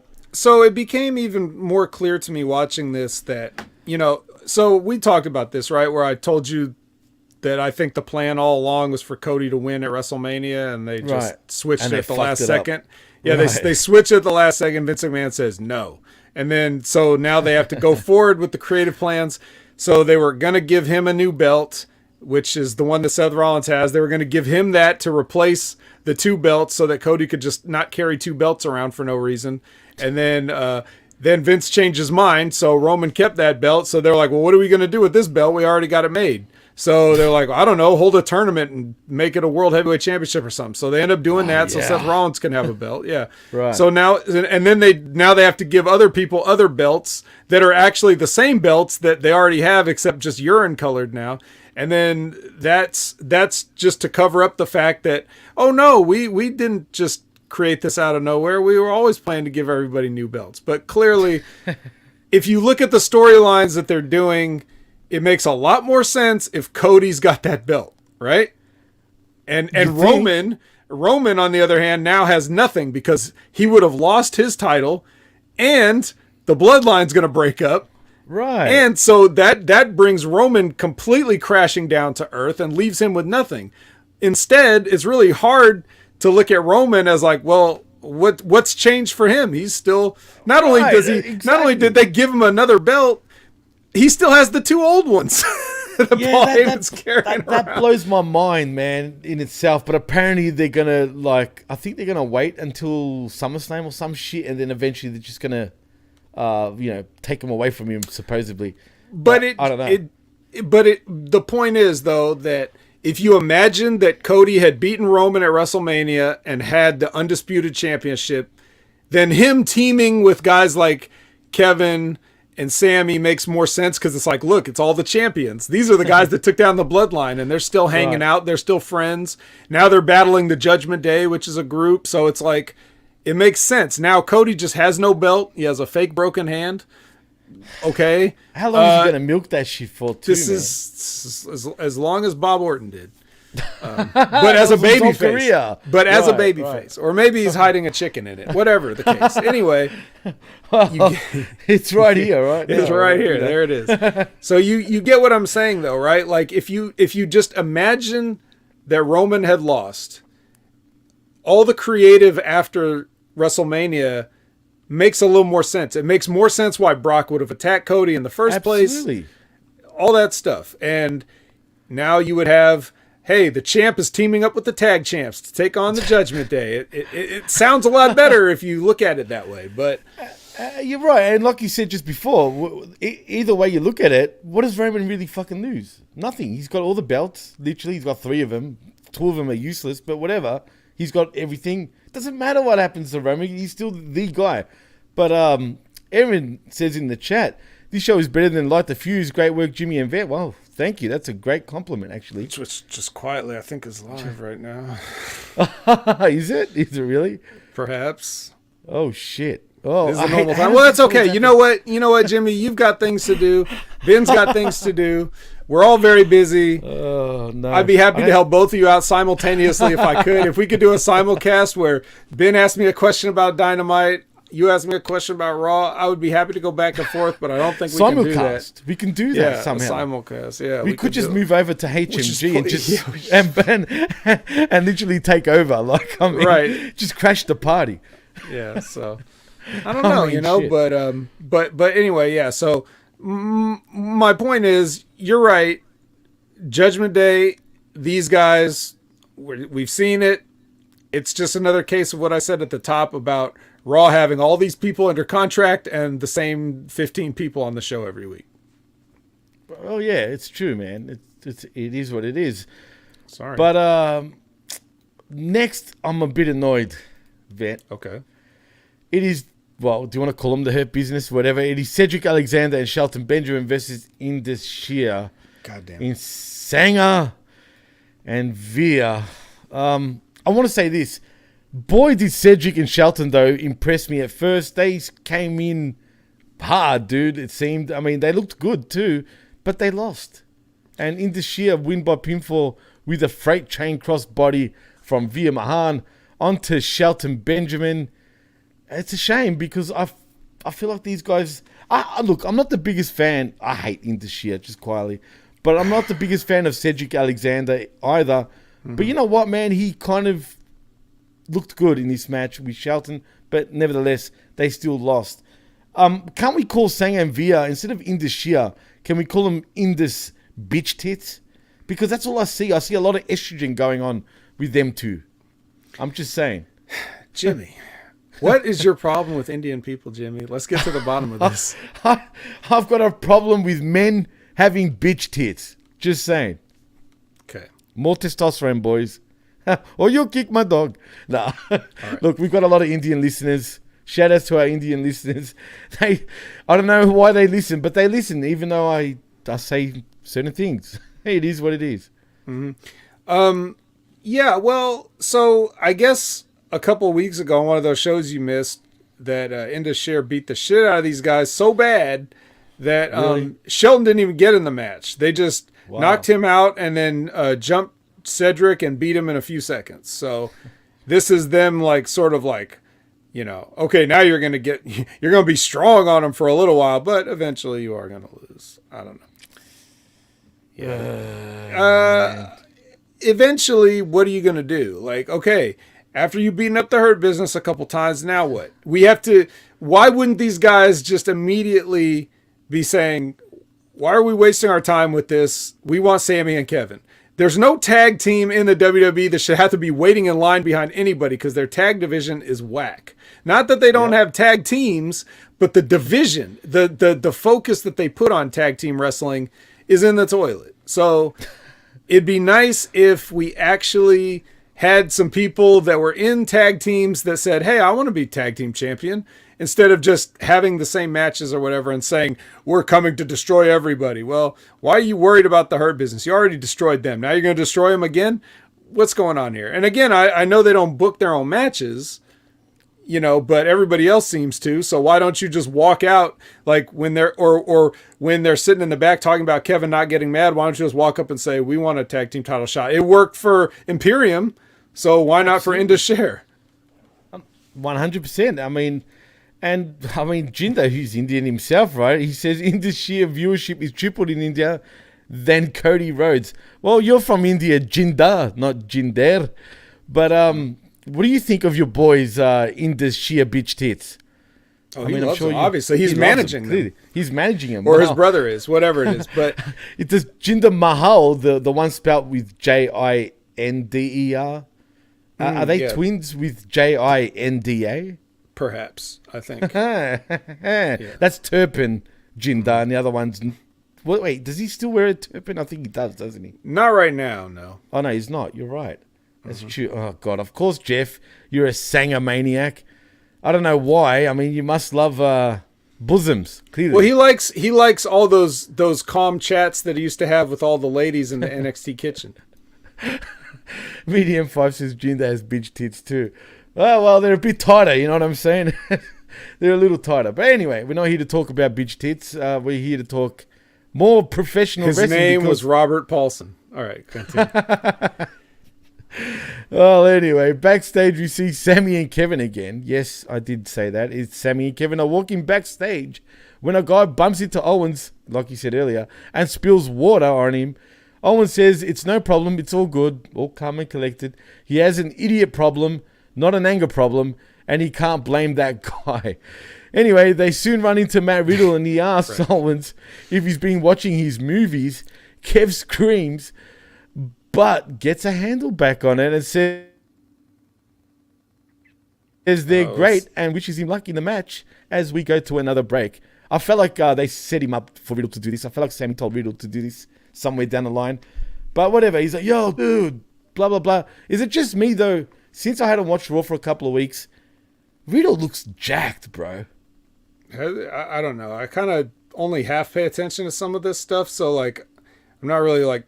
Whenever I see Matt Riddle, I know I can afford to not pay close attention. So I don't really look at his physique as much. I don't know, man. I know he looks ridiculous. Does he look more jacked lately? He does, man. He must be hitting. Well, let's ask Jeff. Is he more jacked, Jeff? I know you wouldn't miss an opportunity. Well, apparently Jinder's tits spill curry or spit curry. Ugh. That's gross. That's gross. I hate curry, just quietly. But yeah, that's foul, dude. Yuck. Anywho, meanwhile, the people in the chat are hilarious, dude. But anyway, there's not much to really report on other than the same old shit, except this time it was a different bunch of characters with Kevin Owens and Sami Zayn. But anyway, we come back from commercial and we see another cycle hitting jacked up motherfucker out of nowhere in Logan Paul, who is seated on the ladder in the ring, mic in hand. He says he feels the love and he sees so many kids in the crowd full of potential and ready to achieve greatness just like he did. And the best people in the world come from right here in Cleveland, even though he's living in Puerto Rico right now. But anyway, he goes on to mention from LeBron James to Jerry Lawler himself, even though he's from Memphis. Yes, he does live in Cleveland. He talks about how he only became great when he left and how much Cleveland literally stinks. Jeez. Poor old Cleveland, they really get it in the ass every time. But anyway, he talks about how Clevelanders keep losing. his brother in his last fight, him to Seth Rollins at WrestleMania. Hell, Miz even lost tonight, but he's going to single-handedly put respect back on this great city's name because he can. He called some executives and got himself a special invitation to the Money in the Bank ladder match. And he's going to win and cash in and take a title from whoever he wants, whenever he wants. And he's coming back to Cleveland to celebrate. Now, before I continue, is it just me again, Vet? But his arms looked huge, bro. Again, when I see Logan Paul, I take an opportunity to not pay attention.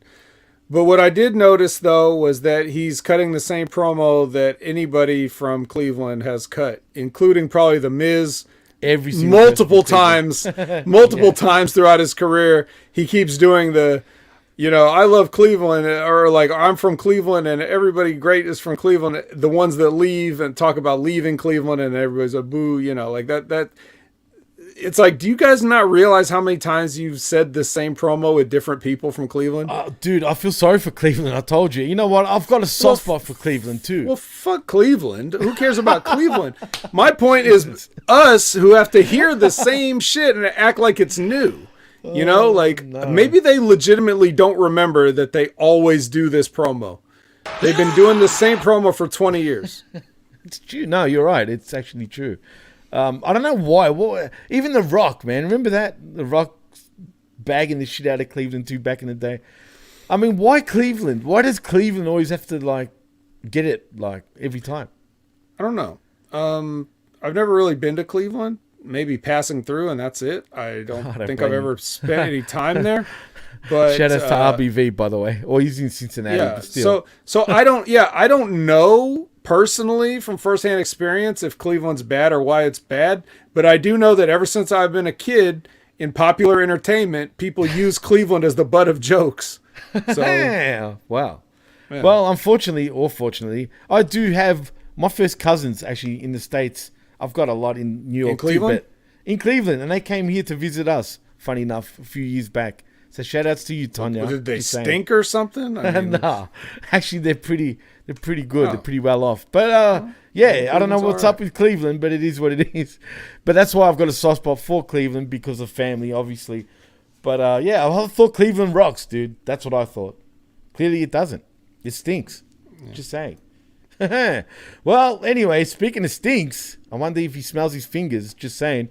Enter Ricochet. Yes, hey. I did say Ricochet. He congratulates Logan on making it into Money in the Bank and says he needs him to understand that he and everyone in this arena all know that the only reason he got into this match in the first place is because Ricochet made Logan Paul go viral at the Royal Rumble. Come on, bro. Why? Because of the Dragon Ball Z bullshit that went down? Anyway, but honestly, he doesn't care how he got in the match because it doesn't change his thing at all because he'll walk out of London as Mr. I was going to say finger banger in the bank, but I won't go there. Mr. Money in the Bank. And then we see Shinsuke Nakamura come out next. He makes his case for winning Money in the Bank, but it doesn't matter. Even though he was speaking all sorts of weird English, we see Mr. LA Knight. Yeah. I mean, he was over, bro. I was so happy to see him. He talks trash about the other guys here and says he bought Logan Paul a map. This is great. With exact directions for where he can stick each and every bottle of Prime. Now, that popped me, I'm not going to lie. He says that the case has his name on it, and what that means is, unfortunately, then we see Santos Escobar. He had to ruin the whole Partiki, dude. The parlay was done after this. I didn't care. I hate him as a babyface, bro. Escobar looks like a clown. But anyway, he goes on to say, none of this matters because at the end of the day, he'll be standing tall. Well, not really. At Money in the Bank and representing La Raza and the LWO. And then, of all people, we see Pete Butch Dunne. He goes right after Logan Paul without actually saying nothing. And a huge brawl breaks out as Paul hits a big tope suicida and reminds us how to win by climbing a ladder. This is weird, this segment, other than LA Knight. I mean, shit. The whole crowd were like, LA Knight, yeah. Is he a babyface now, Vet? Can we say that? No, you still be a heel and let the crowd react how they're going to react. Right, but they're even selling it though. I mean, like Corey Graves is like, look at the reaction he's getting, and blah blah blah. You know, maybe he's trying to stick up for him because he's another guy that loses all the time. You know, he does. He's never won a match in WWE except one time.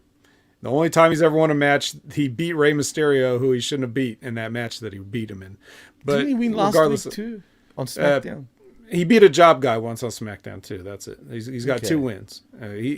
He's probably had 5 total wins between this and NXT in his entire WWE career combined. Well, they only bring him out to do his little shtick and then do a job, and that's, you know, the people are with it. Like, they're trying to decide for the company. Like, no, you're not going to do this guy like this. He's entertaining.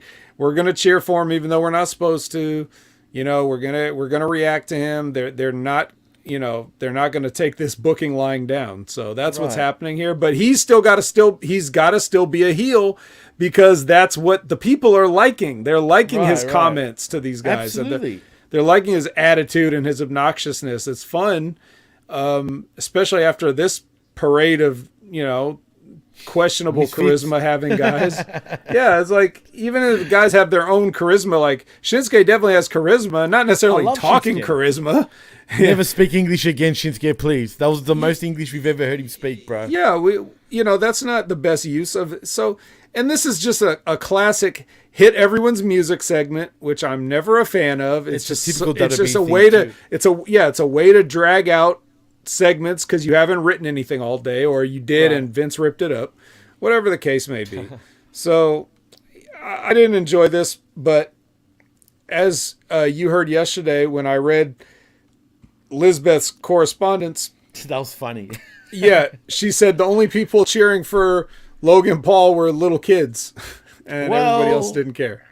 I mean, there's some truth to that, right? I mean, when you think about it, wasn't all 9-year-olds that were into Logan Paul in the first place? Hence why LA Knight mentioned 14-year-olds now, because, you know, they've gotten a little bit older, right?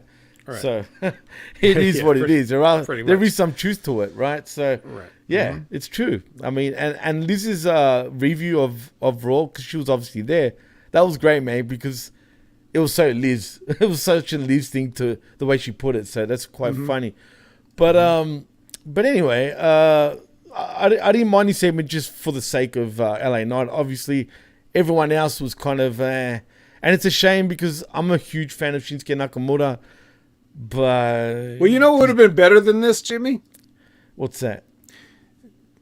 Only Logan Paul, and that's it. And LA Knight. Right.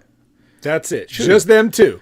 And then LA Knight can bring up every other person that came out, but he can bring them up in his own way, so they don't actually have to walk out with music and take up more TV time with their boringness or whatever, or weirdness, and fakeness too, man. And fakeness and scriptedness and all this other stuff. Just let LA Knight talk about it. It's like, you got Shinsuke Nakamura say, you know, whatever he says about everybody, but they don't all need to come out. It can just be them two. Okay? Or you could have had him come out, get the pop, and then had him get interrupted by Logan Paul or something, right? Well, as like a surprise, like, look who's here.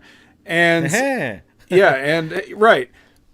But the way they did it was the most boring way possible. You just opened up on a guy already sitting on a ladder. So what does that mean for the people in the building? That means that a ladder got set up, and then Logan Paul walked out in the dark and climbed up in this ladder, and everybody's like, who's that? It's probably Logan Paul. And then because they're all looking with their phone lights and stuff, and they're like, is that Logan Paul? It is Logan Paul. He's just sitting on the ladder in the dark. Like, to the live crowd, that must have looked extremely stupid.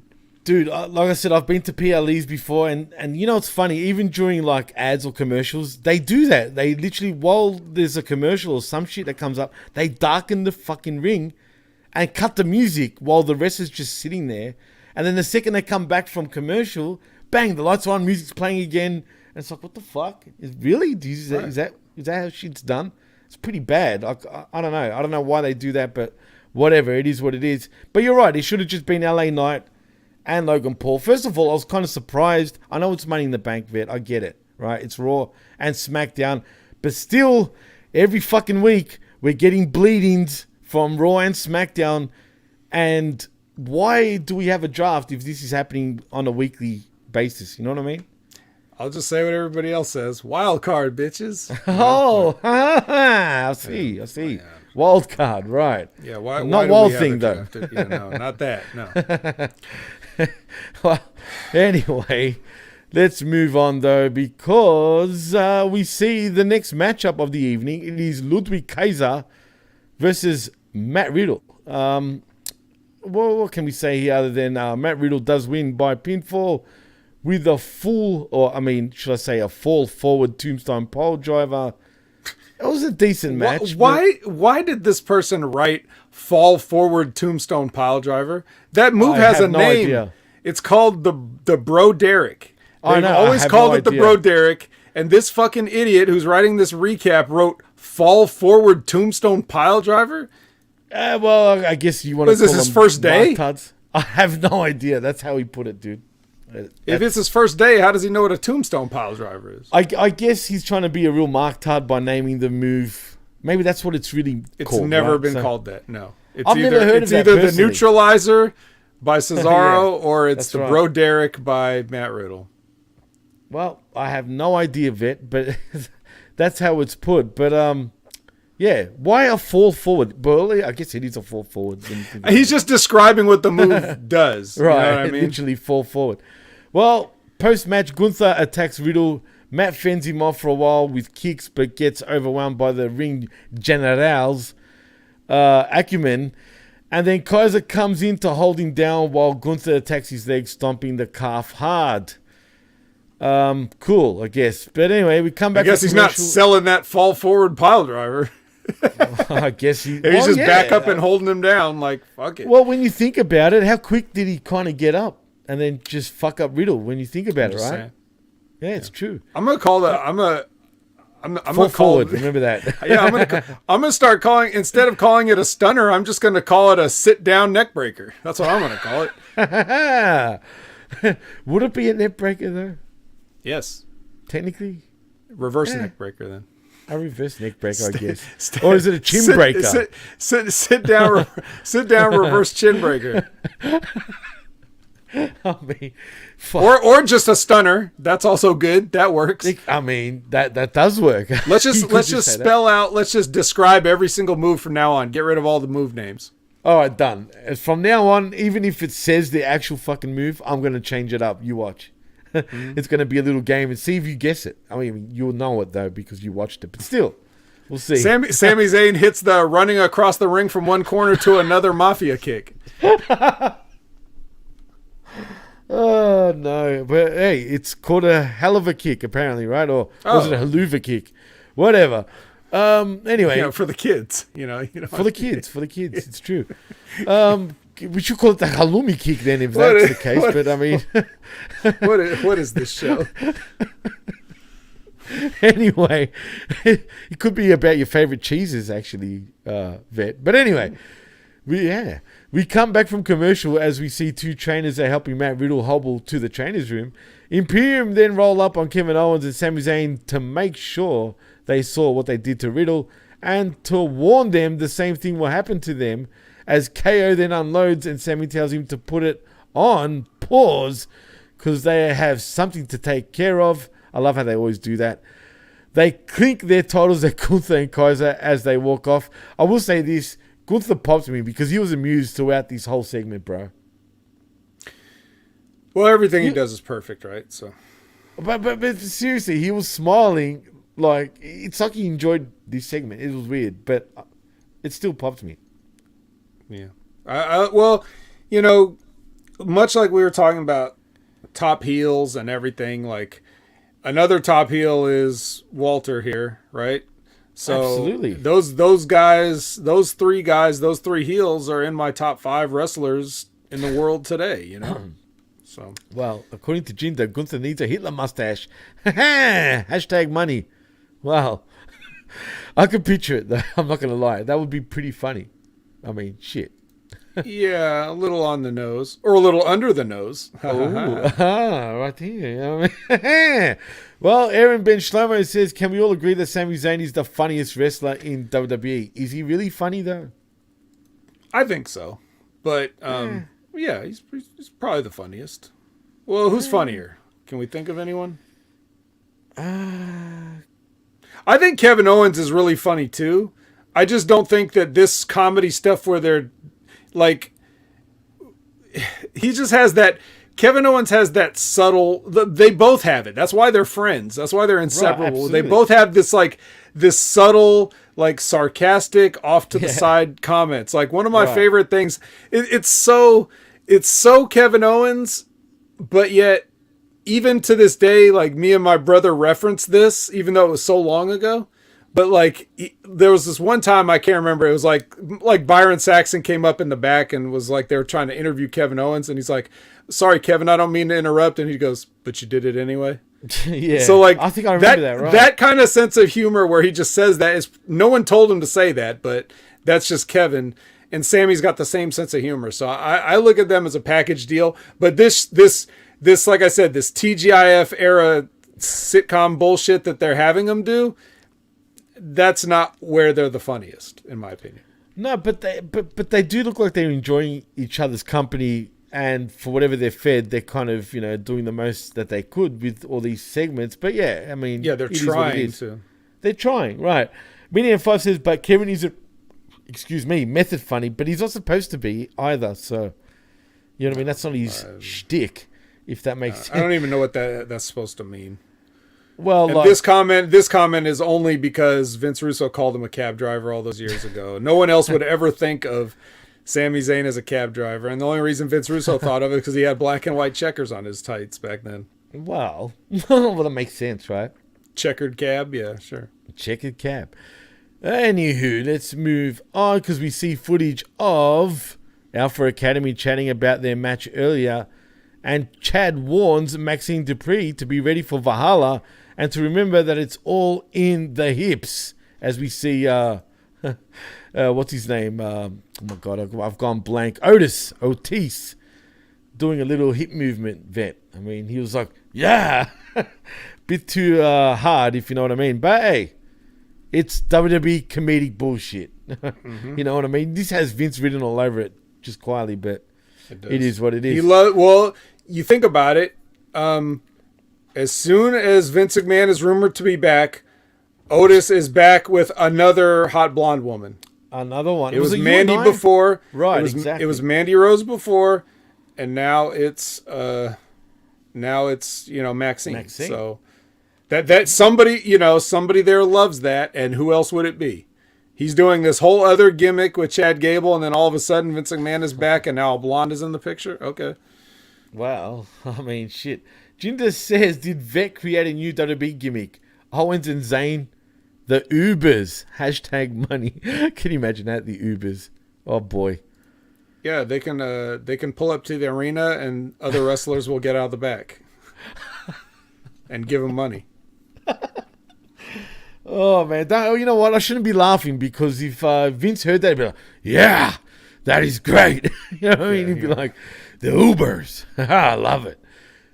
Don't be surprised. I'm telling you. But anyway, we move on to this bad match between Alpha Academy in Chad Gable and Otis, or Otis, I guess, still, versus the Viking Raiders in Eric and Ivar. I'm surprised that the Raiders actually got the win, though, man, with a hip toss into a knee to the face from Eric on Chad Gable. See what I did? Oh, just amazing. 10 out of 10. It's 50-50 booking, you know. 1 week Alpha Academy goes over. Next week the Viking Raiders go over. And next week it'll be the Alpha Academy. Yeah, but it's going to do nothing. This is all about the Alpha Academy only. It does nothing for for War Machine, shall we call them, right? Because they're nothing like War Machine, obviously, anymore. But who would have thought? I know. I know it's going to do nothing for them, but I'm just saying that's what's happening. Just like anybody that's not, involved with the Sami Zayn and Kevin Owens, the Ubers, They're all just random tag teams having the same matches. Indushare's just going to have Hurt Business matches every week. Now Alpha Academy and Viking Raiders are going to fight every week. Nobody's moving forward. Nobody's advancing anywhere. They're just treading water on everything. Does Jinta have a point when he says this? Why are you cringing on this simple storytelling match? Way better than 35 minutes of spots and no direction on Wednesdays. Well, we're not here to talk Wednesdays, but that's even though we spent the first 35 minutes true. talking about it. But that's a question for you, Jimmy, because you cringed at this right away. I just, I hated this personally. I just it done nothing for me. I thought honestly, this was the worst thing of the whole show, in my opinion. Oh, possibly, really? Okay. Possibly. I have to go back. But didn't on that, Maxine get a suplex just She like she did. practiced? She practiced the outside. suplex and then she hit the suplex. And then practice they lost. makes perfect. And then practice makes perfect, and then they fucking lost. So what was the whole point? But like you said, 50-50 booking. Next week they'll get their comeuppance once again. I just think they fucked up by not having Otis in the maximum male models, in my opinion. It would have been funnier going in that direction if you're going to play the haha, right? But like you said, I think there's another two guys that we don't ever see, even though we know they work there. Oh, yeah, marvelous. The way they talk. What's their fucking names again? See, I forgot their names already. Marseille and Mansois. Mansois and Marseille, whatever the fuck. They fucked both those guys up. Like, Mansour's pretty good. They could have done something with him. They're actually not that bad. No, I'm telling you, Mansour was good, but for somebody with his experience level, he was really good. And the other guy is like, he should have, he looks like an intelligent, he's intelligent, good looking, big and jacked. So what's the problem here? They stuck him on commentary for how many months, and then got destroyed by Brock Lesnar, and then he comes back as Mace from Retribution, and now he's just inexplicably a model, and now he's not even on TV, and all right, Maximum WWE guys. Yep, WWE, double E, as yeah, Kozlov used to say. like 35 minutes of spots and no direction on Wednesdays. Well, this is just 35 minutes of matches and no direction on Monday. It's still no direction, and I think that's the hardest thing to take. Like, even if this match they had is good on Monday Night Raw, we know it's not going anywhere, so how are we supposed to get excited about it? Like, a win for the Viking Raiders means nothing because are they gonna take the belts off of Zayn and Owens? Are they? No, hell no, of course not. Are they ever? Are they ever even gonna be in a tag team title match? Good question. No, probably not. They are not, because in Vince McMahon's mind, he sees two fat cosplayers. That's what he sees. I'm not saying he's right. I'm just telling you what he sees. And that's why they are where they are. And Otis is amusing to him. And he likes the idea of a hot blonde with a greasy fat guy. That's because he's a fucking senile lunatic. Shit. That's a fair point. I mean, I can't. What do you want me to say? I don't know. but it's clearly that's who it is.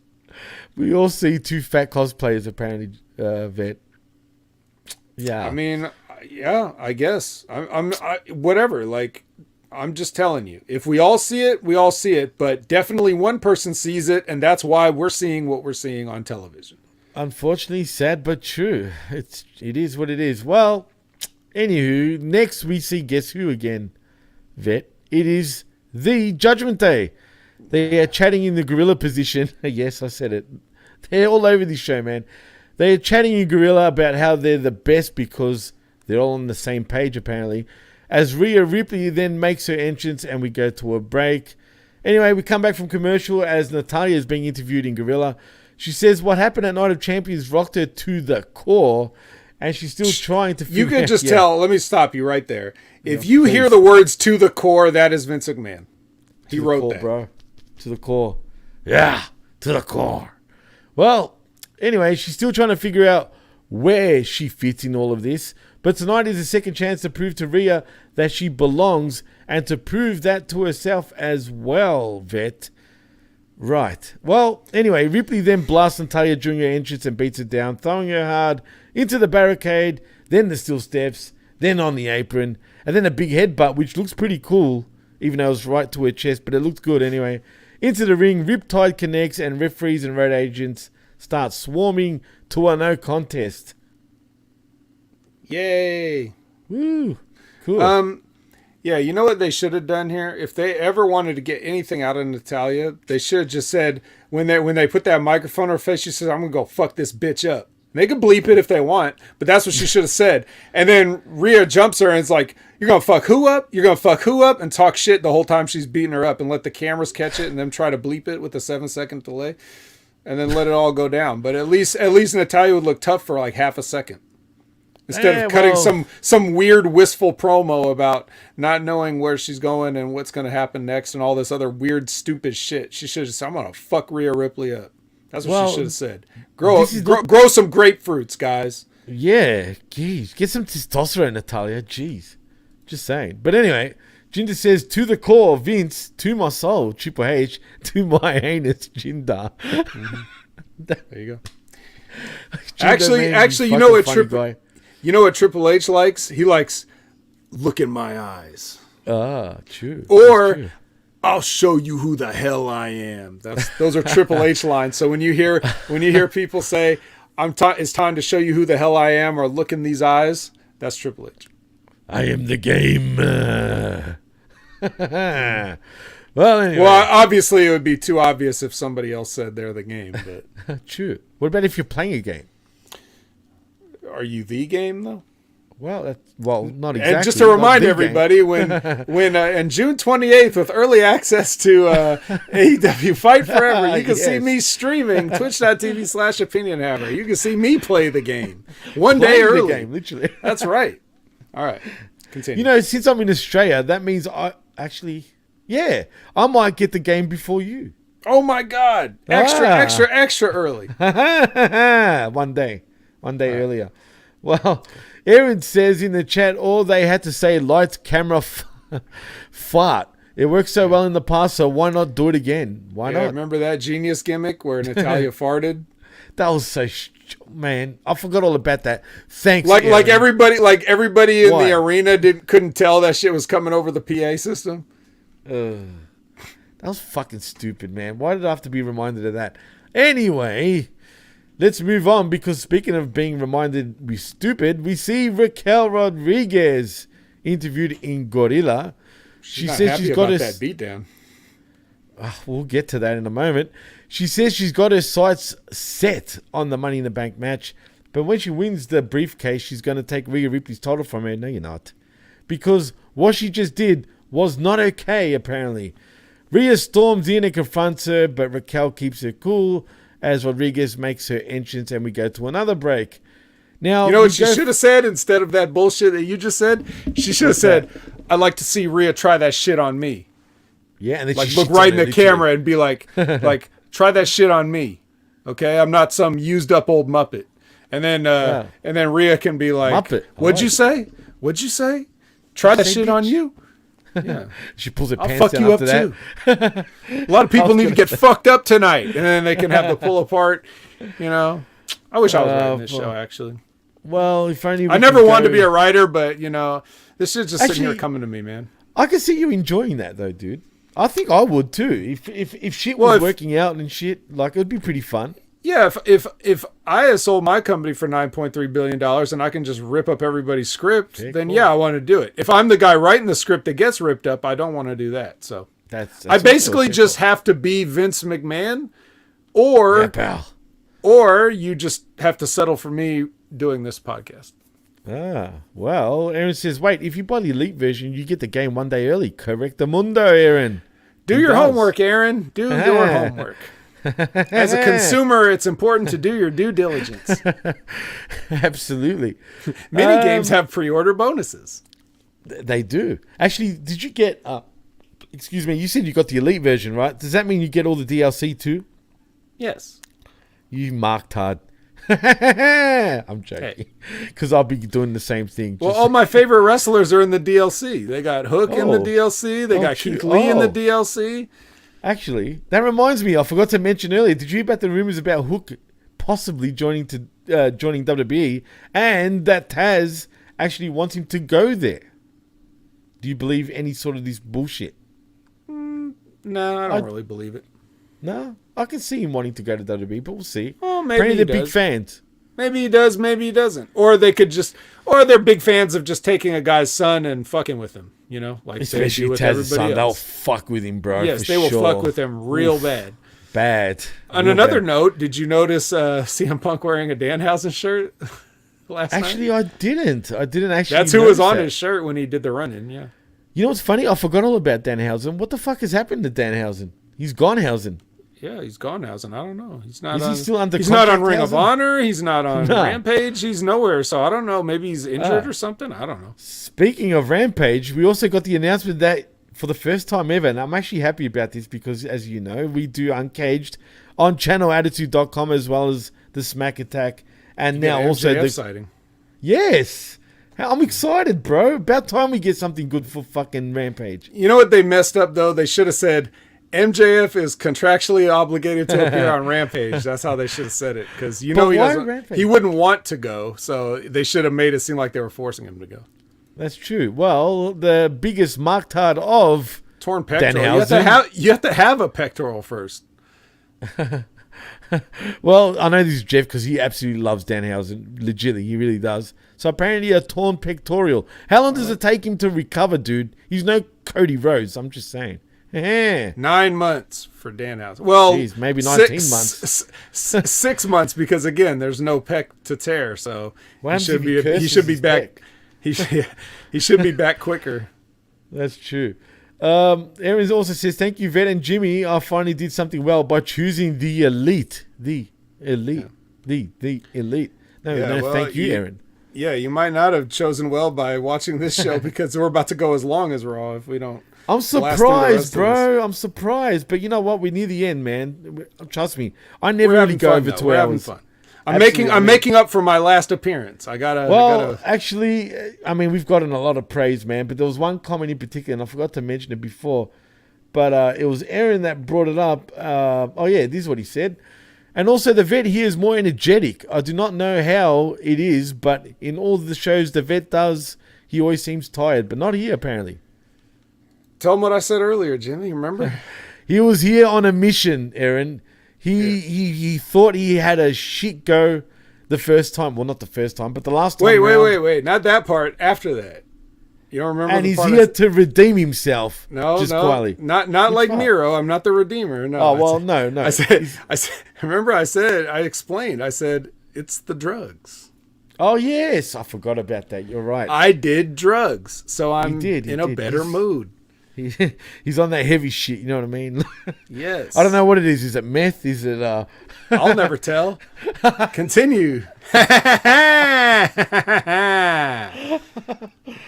You said it, man. You said it. No, you're funny. Oh well, apparently it's lots of cocaine, maybe.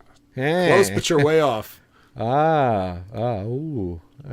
I've got some thoughts, but anyway, let's move on. I think this is the second last match, I believe. No, it's not. Fuck, this show goes for ages. Anyway, it is Raquel Rodriguez versus Trish Stratus. I'm just going to gloss over this, but I do want to point out. Oh well, I sort of skipped Cody Rhodes warming up when Akira Tozawa rolls up to tell him he's his man for the trios match tonight. You could have definitely skipped this. I will skip it. Fuck it. Let's just skip all that shit. Forget it. Cause same old. Right. Well, let's talk about Trish and what's her name? Raquel. Trish and Raquel. It was good. Actually, I didn't mind this. Well, it was good, but it was bad because it was a bad match. It was bad. These still. girls were bad in the match, and I don't know what happened. The way but- she was ragdolling Trish looked fucking Yeah. pretty bad, man. And I don't know why Trish is just a regular everyday run of the mill performer now instead of a She's back. special attraction. Yeah, we Not talked anymore. about this yesterday Yep. on the Next Level Wrestling Review, channelattitude.com, but just it's weird how you just bring Trish back and instead of being treated like a legend, she's just like on the road getting drafted, just another worker. So it just seems strange. And even though I liked her match with Becky at Night of Champions, I didn't really care for this. Trish has never been the kind of person that's able to carry somebody. So, even as much as Raquel has been in developmental and everything like that, this still just wasn't good. But hey, Jimmy, you liked it, so. I liked it because it sort of, I didn't expect it. Not that I liked it. I hate Raquel Rodriguez straight up, bro. I can't. Would you have liked her a little more if she said, I'm going to fuck you up, Rhea Ripley? Nah.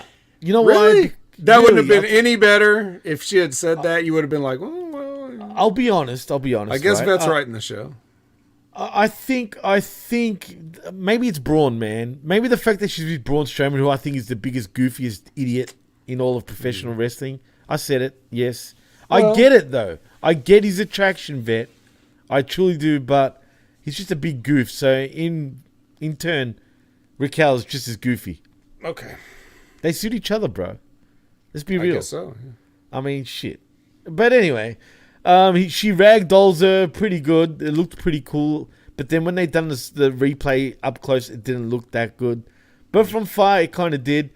But nevertheless... Maybe a lot of the show looks better from afar. Well, yeah, that's true.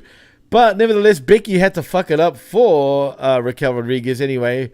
And in turn, Trish wins. Because, we need to get that satisfaction, baby. It's guaranteed. Yeah, it's guaranteed. It's guaranteed. It is guaranteed. Yeah, I don't know. I don't want to run these women down too much. I don't have anything against them. I love Becky. Well, Aaron says, Vet, Jimmy's Greek. If Gonzalez would have given him Yidos, he would like her. Is that true, Jimmy? I'm not sure, bro. I'm not sure, Aaron, man. All right, what if she dumped Braun Strowman, gave you Euros, and said, I'm going to fuck up Rhea Ripley? How about that? Is she your new favorite? With that trifecta? I do love Gyro, bro. I will say that. Nothing, like Aaron says, Gyro is amazing. It really is. I'm not being biased here. I could do with a mean Gyro right now, bro. I'm just saying. We have a winner. Just like yesterday. Remember that? Oh, slithery snake. That was funny, man. Okay. Minion 5 says, I prefer Sovlaki. It's the same shit, bro. Yeah, he's just trying to show off that he knows other things. Okay. You're smarty. You're smarty, Mikey. You're smart. It's a genius. Jesus. Well, anyway, as I said, Trish wins via disqualification, qualifying for the Money in the Bank ladder match. Post-match, Becky seems beside herself, and Raquel is furious. The heels run away and celebrate on the ramp, leaving the babyfaces to stew in their animosity. Oh, God. Dude. I wouldn't have described it like that. It was more like Becky saying, I'm sorry, I just had to kick her ass, and Raquel's like... That's about it. If you call that stewing and animosity, then be my guest. Actually, you're wrong, media. One is not beef and one is lamb. It's the same shit. Doesn't matter what it is. But anyway, I'm not going to argue about Suvlaki or Gyro, whatever. That's right. We're arguing about Monday Night Raw. To the core. To the fucking core, indeed. Speaking to the core, was it just me or did Bronn Breakker... This is shocking, dude. Did Bronn Breakker sound like he wasn't using his core enough? He sound like a pansy talking here, bro. He should have came in and said, I'm going to fuck up Seth Rollins. That's what he should have said. And then, He should have done that after that, yeah. Who's laughing now, bitch? Woof, woof. Right. But quite frankly, what rhymes with his woof? You know what that is? That's what he reminded me of. I'm not going to lie. Just a big poof. Okay, so you're not a fan of Junior here. No, I like Junior, but he needs help talking, man. I'm not going to lie. I don't really, people keep saying that, and I'm like, I don't get it. I think he's fine. It's his voice, man. Like his voice sounds just like his family. So what are you no one cared. No one was complaining about those guys' voice. Maybe because they're afraid of getting taped to the ceiling. But well, I mean, shit. Yeah, he's eating shit because of his old man. We said this. We were talking about this yesterday on the Next Level podcast, which you can check out at channelattitude.com just quietly. That's right. Mm-hmm. But yeah, I mean, I don't know, man. I don't know why he's talking. He shouldn't have even said. He should have just woofed, and I guess that's about it. But like you said, you should have just said, "I'm gonna fuck you up," and you laugh in my face. I'm gonna fuck you even harder. But anyway, that sounds a bit gay, but still. Yes. Happy Pride his father Month. would have to say about that. Yes, it's All true. right, anyway, all right. Well, he goes on to say he says surely Seth Rollins won't use what happened tonight as an excuse not to show up and face him tomorrow night on NXT, which is, yesterday or the day before. He talks a big game about being a workhorse and he's been waiting for this opportunity. And if you think what Finn Balor did tonight was bad, you ain't seen nothing yet. Well, how many times have we heard that saying? But anyway, he's going to hurt Rollins and you should get used to seeing his face on Monday nights because he's going to win the title. Yeah, sure. Anyway, and then we see Shinsuke once again making his entrance. Cool. Anything to really say, Yvette? No, well, we're going to see how none of this played out. So this is the second time where, they were saying what they were going to do and they didn't do it, which is normally, again, fine for a heel, but I don't even know why he needed to be here because nothing happened. Right, nothing happened. Absolutely nothing happened. It's true. Not even Seth acknowledged him. Right. Not that I remember. Imagine Excuse just me, being not that I like, remember. imagine being like Bronn or even like Carmelo Hayes, who had to go to SmackDown and just sit in the crowd for one spot, or Bronn to go and just have this one. He has to be there all day, and then he gets to do this one thing, and then he has to go back. It's like, so I'm in Florida, then I got to go to Cleveland, then I got to go back to Florida the next day. Great. Well, isn't he from Couldn't Florida, I have just sent a video in? Like, why'd I have to get on a plane, right? Like, that's true. Why? And he looks shitty too for just being there. I'm not gonna lie. Well, speaking of shitty, I'm not even gonna get into the Becky thing. Like after that, she basically said she screwed herself. I mean, yeah. I'd love to screw Becky. You threw me right off there. Why don't you leave the kid with me and go off in the bed? What's the kid's name again? It was a Rox or something, a Rook or whatever the fuck. Yeah, I don't know. Nobody cares. It's true. Speaking of no one caring, we see Bronson Reed versus Shinsuke Nakamura next. And to my surprise, but not really because they are trying with him, Bronson Reed does win via pinfall with a 747 splash. Can we just say tsunami? Yeah, what do you mean 747? I told you, this is the new game now. We're just going to call it for what we see it. Oh, then you should have called it the climb up to the top rope and fall face down. And then, it was, can we call it I guess that's what it is. It's true. Why 747? That's his move. He calls that I'm going to climb it to the top rope and fall face down on you. Concussions much? I'm just saying. But still, I love when Corey Graves says tsunami. But it was a tsunami. According to Lisbeth's report, some kid behind her said tsunami. So tsunami's over, man. Well, yeah, it is. It is over. It is. It actually kind of is. But thanks to Corey Graves, I guess. Are they going to get anywhere with Bronson Reed in the future before we move on? Because it's the main event next. No. No.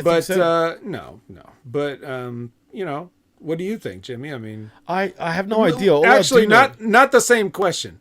Would you like to see Bronson Reed in the main event, or do you think he's not really WWE main event type? Nah. Well, was Bam Bam Bigelow really WWE main event type? Even though he was in main events, here and there. If you needed opponents for Hogan or those type of things, maybe back then, even though he was kind of a babyface earlier on back then, which was kind of weird. You would think in the late 80s, right? Yeah. I don't know. Yeah, look, man, I think he's got something. You can clearly see Triple H is a fan of his, 100%. But I don't think he really has any charisma. He's all right in the ring for a big guy. He can move, but he's just that's it. He's just a tsunami, bro. That's that.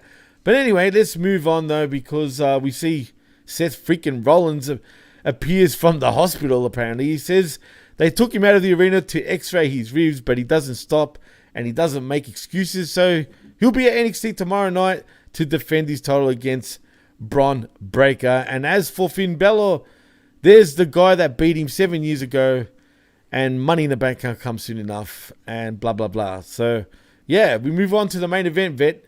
Finally, it is Cody Rhodes, Kevin Owens, and Sami Zayn versus the Judgment Day once again in Damian Priest, Dominic Mysterio, and the little leprechaun in Finn Balor. Yeah, it was all right match. Yeah, for a TV match, it is what it is. But Cody, Kevin Owens, Sami Zayn, of course, win by pinfall via the Crossroads, or should I call it a shake, rattle, and roll in many ways, if you know what I mean. Reverse shake, rattle, and roll. Right. reverse swinging neck breaker. Oh, well, there you go. That's the real name of it. The reverse, whatever. Swinging neck breaker, because that's what it is. Reverse twist and shout. Oh, boy. You should call it that, actually. I mean, why not? Because Crossroads is a pun, and they love puns. They love puns. Yeah, so, this was another match where Damian Priest does a job, and I don't know why we need to have a finish for this. We could have had a schmoz or something, right? We could have. Because you don't... Yeah, it doesn't really matter in a 6-man tag if somebody gets a clean win. Just the fact that you're putting a 6-man tag on in the main event, if it's not actually the blow off to something, the reason why you have these guys here, right? Then maybe you could just do a DQ of some kind or whatever, count out, just anything to not anyone in this match. Yeah, anything to not beat a guy. I understand you don't want to beat Dominic before Cody gets his hands on him at Money in the Bank. I understand you don't want to beat Finn Balor because he's got a title match, and you don't want to beat Damian Priest because he's supposed to be in the Money in the Bank match. But every single one of these 3 guys has been, as Jim Cornette would say, beaten into powder over the past few months. So why beat them again? Why not just throw the match out? The fans will get all you get all your shit into the match, and the fans will get to see what they came to see. And then who cares if someone gets DQ'd at the end? At least they saw all the you got to see all your stars and your moves and everything, and you go home happy, right? Whatever. But there's no protecting, especially Damian Priest, because the big guy always has to take the friggin' pin, dude. Yeah, unless it's the small guy or the son of the guy. Or the son of a guy, right? Who actually gets protected a lot more than all of these guys. Just saying, you know what I mean? And I get it. He should be taking the L in every single match. He should, because it doesn't affect Dominic. Really, it wouldn't affect him. Nobody believes it when he wins either. So exactly, man. That's what I don't understand that. And Damian Priest, you would have. Oh man, I feel like he's earned to get a decent run. Not this shit all the time, but whatever. It is what it is. That's WWE for you. But, I mean, it's the same old shit week in, week out. This is what happens. And to be fair, is there really much more to say about this match? Nothing to say about the match. We already got the point across. Plus, I wasn't paying attention to it. I was probably, doing some push-ups or whatever. So anything is more interesting than this to me. But I was listening to it, and I was hearing it, and I was glancing at it. So, I got the gist of it, but... But I mean, like I said, I lose interest when I know it will go nowhere, and that's exactly what this does. You're trying to set up 3 different guys, like I already laid out for the Judgment Day. Those are the 3 guys' goals, and that's their business. And it really, I don't know. So. We've already covered it. We'd just be repeating ourselves at this point. The important thing to talk about is what happens on NXT. Exactly. Thank you. Right. The following night, right? So I don't know why I didn't think about this when we were talking about it yesterday, because we were talking about how, Seth Rollins had a match with Bronn Breakker on NXT, and it was the main event, and it was for the World Heavyweight Championship. Right. So Rollins is coming in with a dangerous opponent and a existing injury because Finn Balor attacked him on Monday Night Raw, right? Right. And what did I say when they had this match? Seth Rollins had the same match he has with every single person he ever gets in the ring with. It's the exact same match. He does not care what the situation is or what the story calls for. He just goes and has his match, and it goes however long he's told to let it go. He's a perfect pro in that way. However, at the end of it, he beats Bronn Breakker. Just beats him clean in the middle. 2 stomps, Breakker's out. Breakker's on now had 3 major losses in a row. So, ridiculous. yeah, like to what you were alluding to earlier, he's having to eat shit for now, apparently, or it's just a coincidence and bad booking, which they always have. So you never really know. There's But that too, right? okay, but here's the thing. So after that, what happens, Jimmy, on NXT? After the match is over, what happens? We see the little leprechaun coming back. That's right. JD McDonough comes in, and he's so Finn Balor comes in and attacks Seth Rollins to get some heat, right? So we're going off the air. Yeah, we're going off the air on NXT with a main roster angle to try to get heat. A big no-no. Right? Okay. Yeah. So, well, here's the biggest thing. This is the part I don't know why I didn't think of this. If Finn Balor has to come in there anyway, why doesn't he just attack fucking Seth Rollins or Bronn Breakker and cause a DQ? Right, that's what I was going to say. Again, neither one of these guys has to lose, but Finn Balor's whole thing, which goes back to what I said to remind me of later. In that promo, he said, if I'm going to be the one to take that championship off you, not anybody else. So Bronn Breakker would be that anybody else, which means he could stop attack that match from happening. Yeah, he could attack Bronn Breakker in the match, like, and get whatever. It doesn't matter who he attacks, but you could have avoided again having a clean finish, and you're still setting up your angle. The way they did it, you beat Bronn Breakker flat. Then Finn Balor's out there for no reason, and all he's doing is the same thing he did on Monday. So it's just a repeat of what we've already seen. It was the splitting thing, like it was exactly the same thing. And in that way, if they had done that finish, what they could have done was instead of Seth Rollins having the Seth Rollins match, he could have let Bronn Breakker kick his ass for 15 minutes and survive. Right. I'm surviving. My ribs are hurt. Because I'm hurt. It's putting also over Bronn Breakker at the same time. Yes. Man. Right. Yes. And then when the DQ happens, neither guy goes under. So we'll always be like, wow, what if this match had gone longer? What if, Finn Balor didn't interrupt it? Maybe down the road, these guys can have a rematch and we can settle this. That's the whole point of this fucking business. If there was ever a time we needed a dusty finish, it was then. It was that match. Like, you know what I mean? But, yeah, I don't understand the logic, dude. Again, it has to be heat from his old man. It's the only logical thing I can think of, man. Because, like that's still not... Even if he's got heat from his old man, that's still not helping out Seth and Finn with their program. No, not at all. You're right. You know, why would Seth Rollins and Finn Balor have to suffer because of what Rick Steiner did at a convention? It has nothing to do with them, but they're still fucking up everything. You know, this is the WWE. And so for all the people that are like, why doesn't so-and-so go there? Why doesn't so-and-so go there? Well, maybe they watch it and be like, I don't want to go there. I don't even want to watch it. Right, yeah, exactly. Like I'm gonna bring my rolling suitcase into that building every day. Fuck that. I'll just go to AEW and work once a month. I mean, shit, and get paid well, right? I mean, yep. You're going to get paid the same pretty much. So yeah, I mean, and you save on travel because it's not like WWE pays for your hotel and rent a car and all this other stuff. You still got to pay for that. That's true. Only on international tours, I think they do pay for hotels and shit like that. But you're right. I think AEW does pay for all that shit, right? It's all expenses paid. I mean, and even if you do have to pay for your own, which I don't think they do, but even if you did, you're still traveling less overall, so you're still saving money. And I mean, shit, let's be honest. I mean, they concentrate pretty much either like around the Florida area, right, or the Northeast. Yeah, but anyway, right? I mean, pretty that's much beside the point. Chicago, The point is WWE's fucking sucks, and I think we proved it. I think we proved it here today. I don't think anybody can dispute anything we're saying.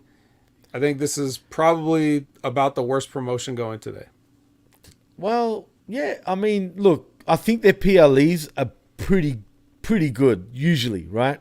I mean, just in terms of fun shows, maybe not in terms of the booking, but generally everyone comes out to play pretty well, right? But yeah, their weekly shows are a drag. Other than SmackDown, it is way more watchable. But if it wasn't for the Bloodline shit, Would it be? You know what I mean? Let's be real here. You know what I mean? And the fact that you can skip a bunch of recaps. And that too, absolutely. But I will say one thing, and you're probably going to think I'm crazy, because I hadn't watched Raw in a while. I did think it flowed pretty well. I thought like the oh my god, I can't think, man. The certain word, the flow of the show, but it's not the word I'm looking for. But you get what I'm trying to say. The pace of the show. The pace of the show was actually quite good compared to. But then again, I watched the show without any commercials, so every time there was a commercial break, yeah, it gets chopped. So that's probably what it is. If I'd watched it live, maybe I wouldn't think the same way. Because when I watch it on demand, the cool thing is on my cable provider, they cut out all the commercials, man. So I don't have to go through all that bullshit. So yeah, it's probably that. That's what it is. If I watched it with the commercials, I probably would think completely different. So there is that also. But yeah, I mean, it's the same old shit. They're trying a lot of. Raw really feels like it's a Vince book show. I mean, there's a lot of bullshit comedy, a lot of unnecessary comedy, a lot of stupidity. But that's WWE, right? It is what it is. But I'm sure Money in the Bank will be good, and which is next week, I think, right? I think so. For some reason, I feel like it's farther away, but I don't know. Wait a minute. When is All In? Is that in August, right? Yeah. Okay, for a moment I thought, are they fucking both going to England at the same time? That would have been weird. But anyway, and we still don't even know if All In will be on pay-per-view, mind you, Vet. They haven't even announced that. Of course it will. You think so? Yes. I know, we should be, but why haven't they fucking announced that yet? There hasn't been Because they're probably just assuming that everybody knows that. Okay, well, I am assuming. Saturday, July 1st. What? That's Money in the Bank, right? Right, okay. Well, we'll see what happens there, but you know what, Vet? We've done 2 hours and 30 minutes, bro, plus, surprisingly, actually, I mean, and you were on fire tonight, dude. As you could see in the comments, everyone was praising us, but everyone was praising you. You had the energy. Apparently, it's the drugs. I'm just saying. Yes, it's the drugs. It's all about the drugs. Whatever drug that is, we'll leave it to everyone's imagination, or should I say, like Jeff Hardy would say, imagination. He's he would say, "Give me some drugs." But, well, yeah. He's a bit, he's a bit on the cuckoo side, but wow. You wonder why he dances like that, right? I mean, shit. Yeah, come on. He does wear the fucking the what do you call it? The fat pants, after all, right? That's right. Well, anyway, I mean, each to their own. But yeah, Vet, tell them where they can find you, man. Let's take this shit home, bro. Yeah, you can find me at Opinion Haver on all your favorite social media platforms, including twitch.tv/Opinion Haver, where you can see me stream Fight Forever on minute 1 of its release of June 28th. I don't know what... now, one thing I don't know is if the DLCs will be available that day or if they're just later, like, you know what I mean? Good question. That we don't know, but maybe more announcements coming in the future. They're still releasing trailers for stuff like the barbed wire match, Eddie Kingston, all some other stuff. So, look forward to that and look forward to seeing me play it, and you can laugh at it with me or just laugh because we're all having a great time playing a great game. But yeah, at Opinion Haver everywhere. I'll laugh if it's great. Yeah, why not? So you've got the Next Level Wrestling Review every Wednesday at 8 a.m. Pacific, 11 a.m. Eastern with myself, Big Ray Hernandez, and this week, Jimmy T with a run-in. That's right. From BRV. So you always want to check it out live so you can be part of the fun and festivities. You can check me out every Monday night at 6:30 p.m. Pacific, 9:30 p.m. Eastern for the Impact Attack with Brandon, which we also had the PWC's Christopher Rams on this week. Your favorite podcaster, which is me. He's my favorite podcaster. So, and you're his favorite podcaster, just quietly. Well, I'm everyone's favorite. But, yes. But my favorite is not everyone. My favorite is Chris. So that's true. That's how that works. That's how the math works. The Steiner math works out like that. And he joined us to talk about Impact, the aftermath of whatever Against All Odds bullshit show they had where Alex Shelley won the title. Congratulations, Alex Shelley. Wow. And we talked about other things like Moose re-signing and all this other stuff. So check that out. That I gave you the live times, but of course you can catch up on any of these after the fact on video or audio with channelattitude.com. And yeah, check out Wrestling with Rip Rogers live every Friday, unless when it's not. And you never know who might stop in. Maybe I could stop in. And is it true that Rip Rogers is the second wrestler who was called Rip Rogers? Yes, that is true. Is it true? Do you know who the first one was, Jimmy? I don't think I do. I'm sure somebody might know, but I don't have time. We've already had enough time on the show, so I'll just tell you. It was actually Eddie Graham, the legendary promoter. Eddie Graham. Really? Was Rip Rogers, yes. From Florida? Mm-hmm. The one that's dead now, unfortunately. He committed suicide. Yes, right? brother of Dr. Jerry Graham and brother of superstar Billy Graham. Yeah, I knew media would probably know, but I didn't know if he was still here or if he fell asleep or if he wouldn't get it in time. He's here. Anyway, he's right here, right now. I see it. Yeah. So yeah, but yes, that was the original Rip Rogers. And you could see the current Rip Rogers every Friday. And I keep threatening to pop in. Maybe I should damn well do it again, because it's been a while since I've jumped in with those guys. But sometimes they have special guests, like last week they had Ryback on. So I wasn't going to steal the big guy's thunder, even though I easily could have. But I didn't. Should have. Yeah, I let him say whatever he wanted to say, trying to get himself a match with Goldberg or whatever he wanted. Whatever, that's fine. I support that. So, check out the big guy. Check out Rip Rogers, check out Von Lila Studios, and check out Stevie Richards. Every single time you turn around, Stevie Richards putting something else up, whether it's a review of some fitness equipment, whether it's a video of his new truck, whether it's an episode of the Big Fitness Show with Big Mike Barons, or whether he's on Channel Attitude doing Raw and SmackDown reviews with Ben Hameen and saying that the K-Sounds look better than Chelsea and Sonya. Like, whatever you just and he's doing the new match breakdown on Patreon for Russo. I think it's is it Russo TWC on Patreon? Yes, it is. So if you want to see Stevie break down on his little board there, he'll break down some matches and some things. So that's pretty exciting. And I think that's everything I need to talk about, Jamie. I think that's true. And big shout out to Stevie Richards, man. We all love Stevie, man. And I'm just glad he's better, man.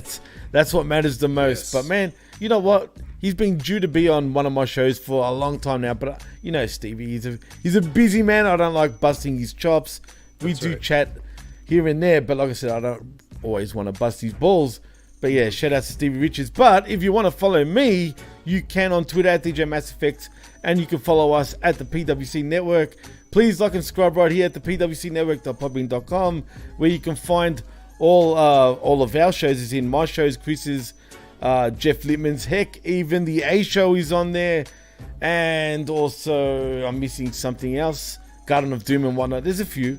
And also, like and subscribe at channelattitude.com. With $5, you get the best talk in all of pro wrestling. And no, this is not the Dark Order symbol. This is the $5 symbol. $5, yeah. Join the Dark Order. But no, join channelattitude.com. You won't be disappointed. And also, HaminMediaGroup.podbean.com, where you'll find all our affiliate shows. And in saying that, I think it's a wrap, vet. So, I am Jimmy T. That is the vet, Jamie Williams. And you have been watching and listening to the PWC Monday Night Machismo Thursday edition right here on the PWC Network. And we bid you adieu. See yous.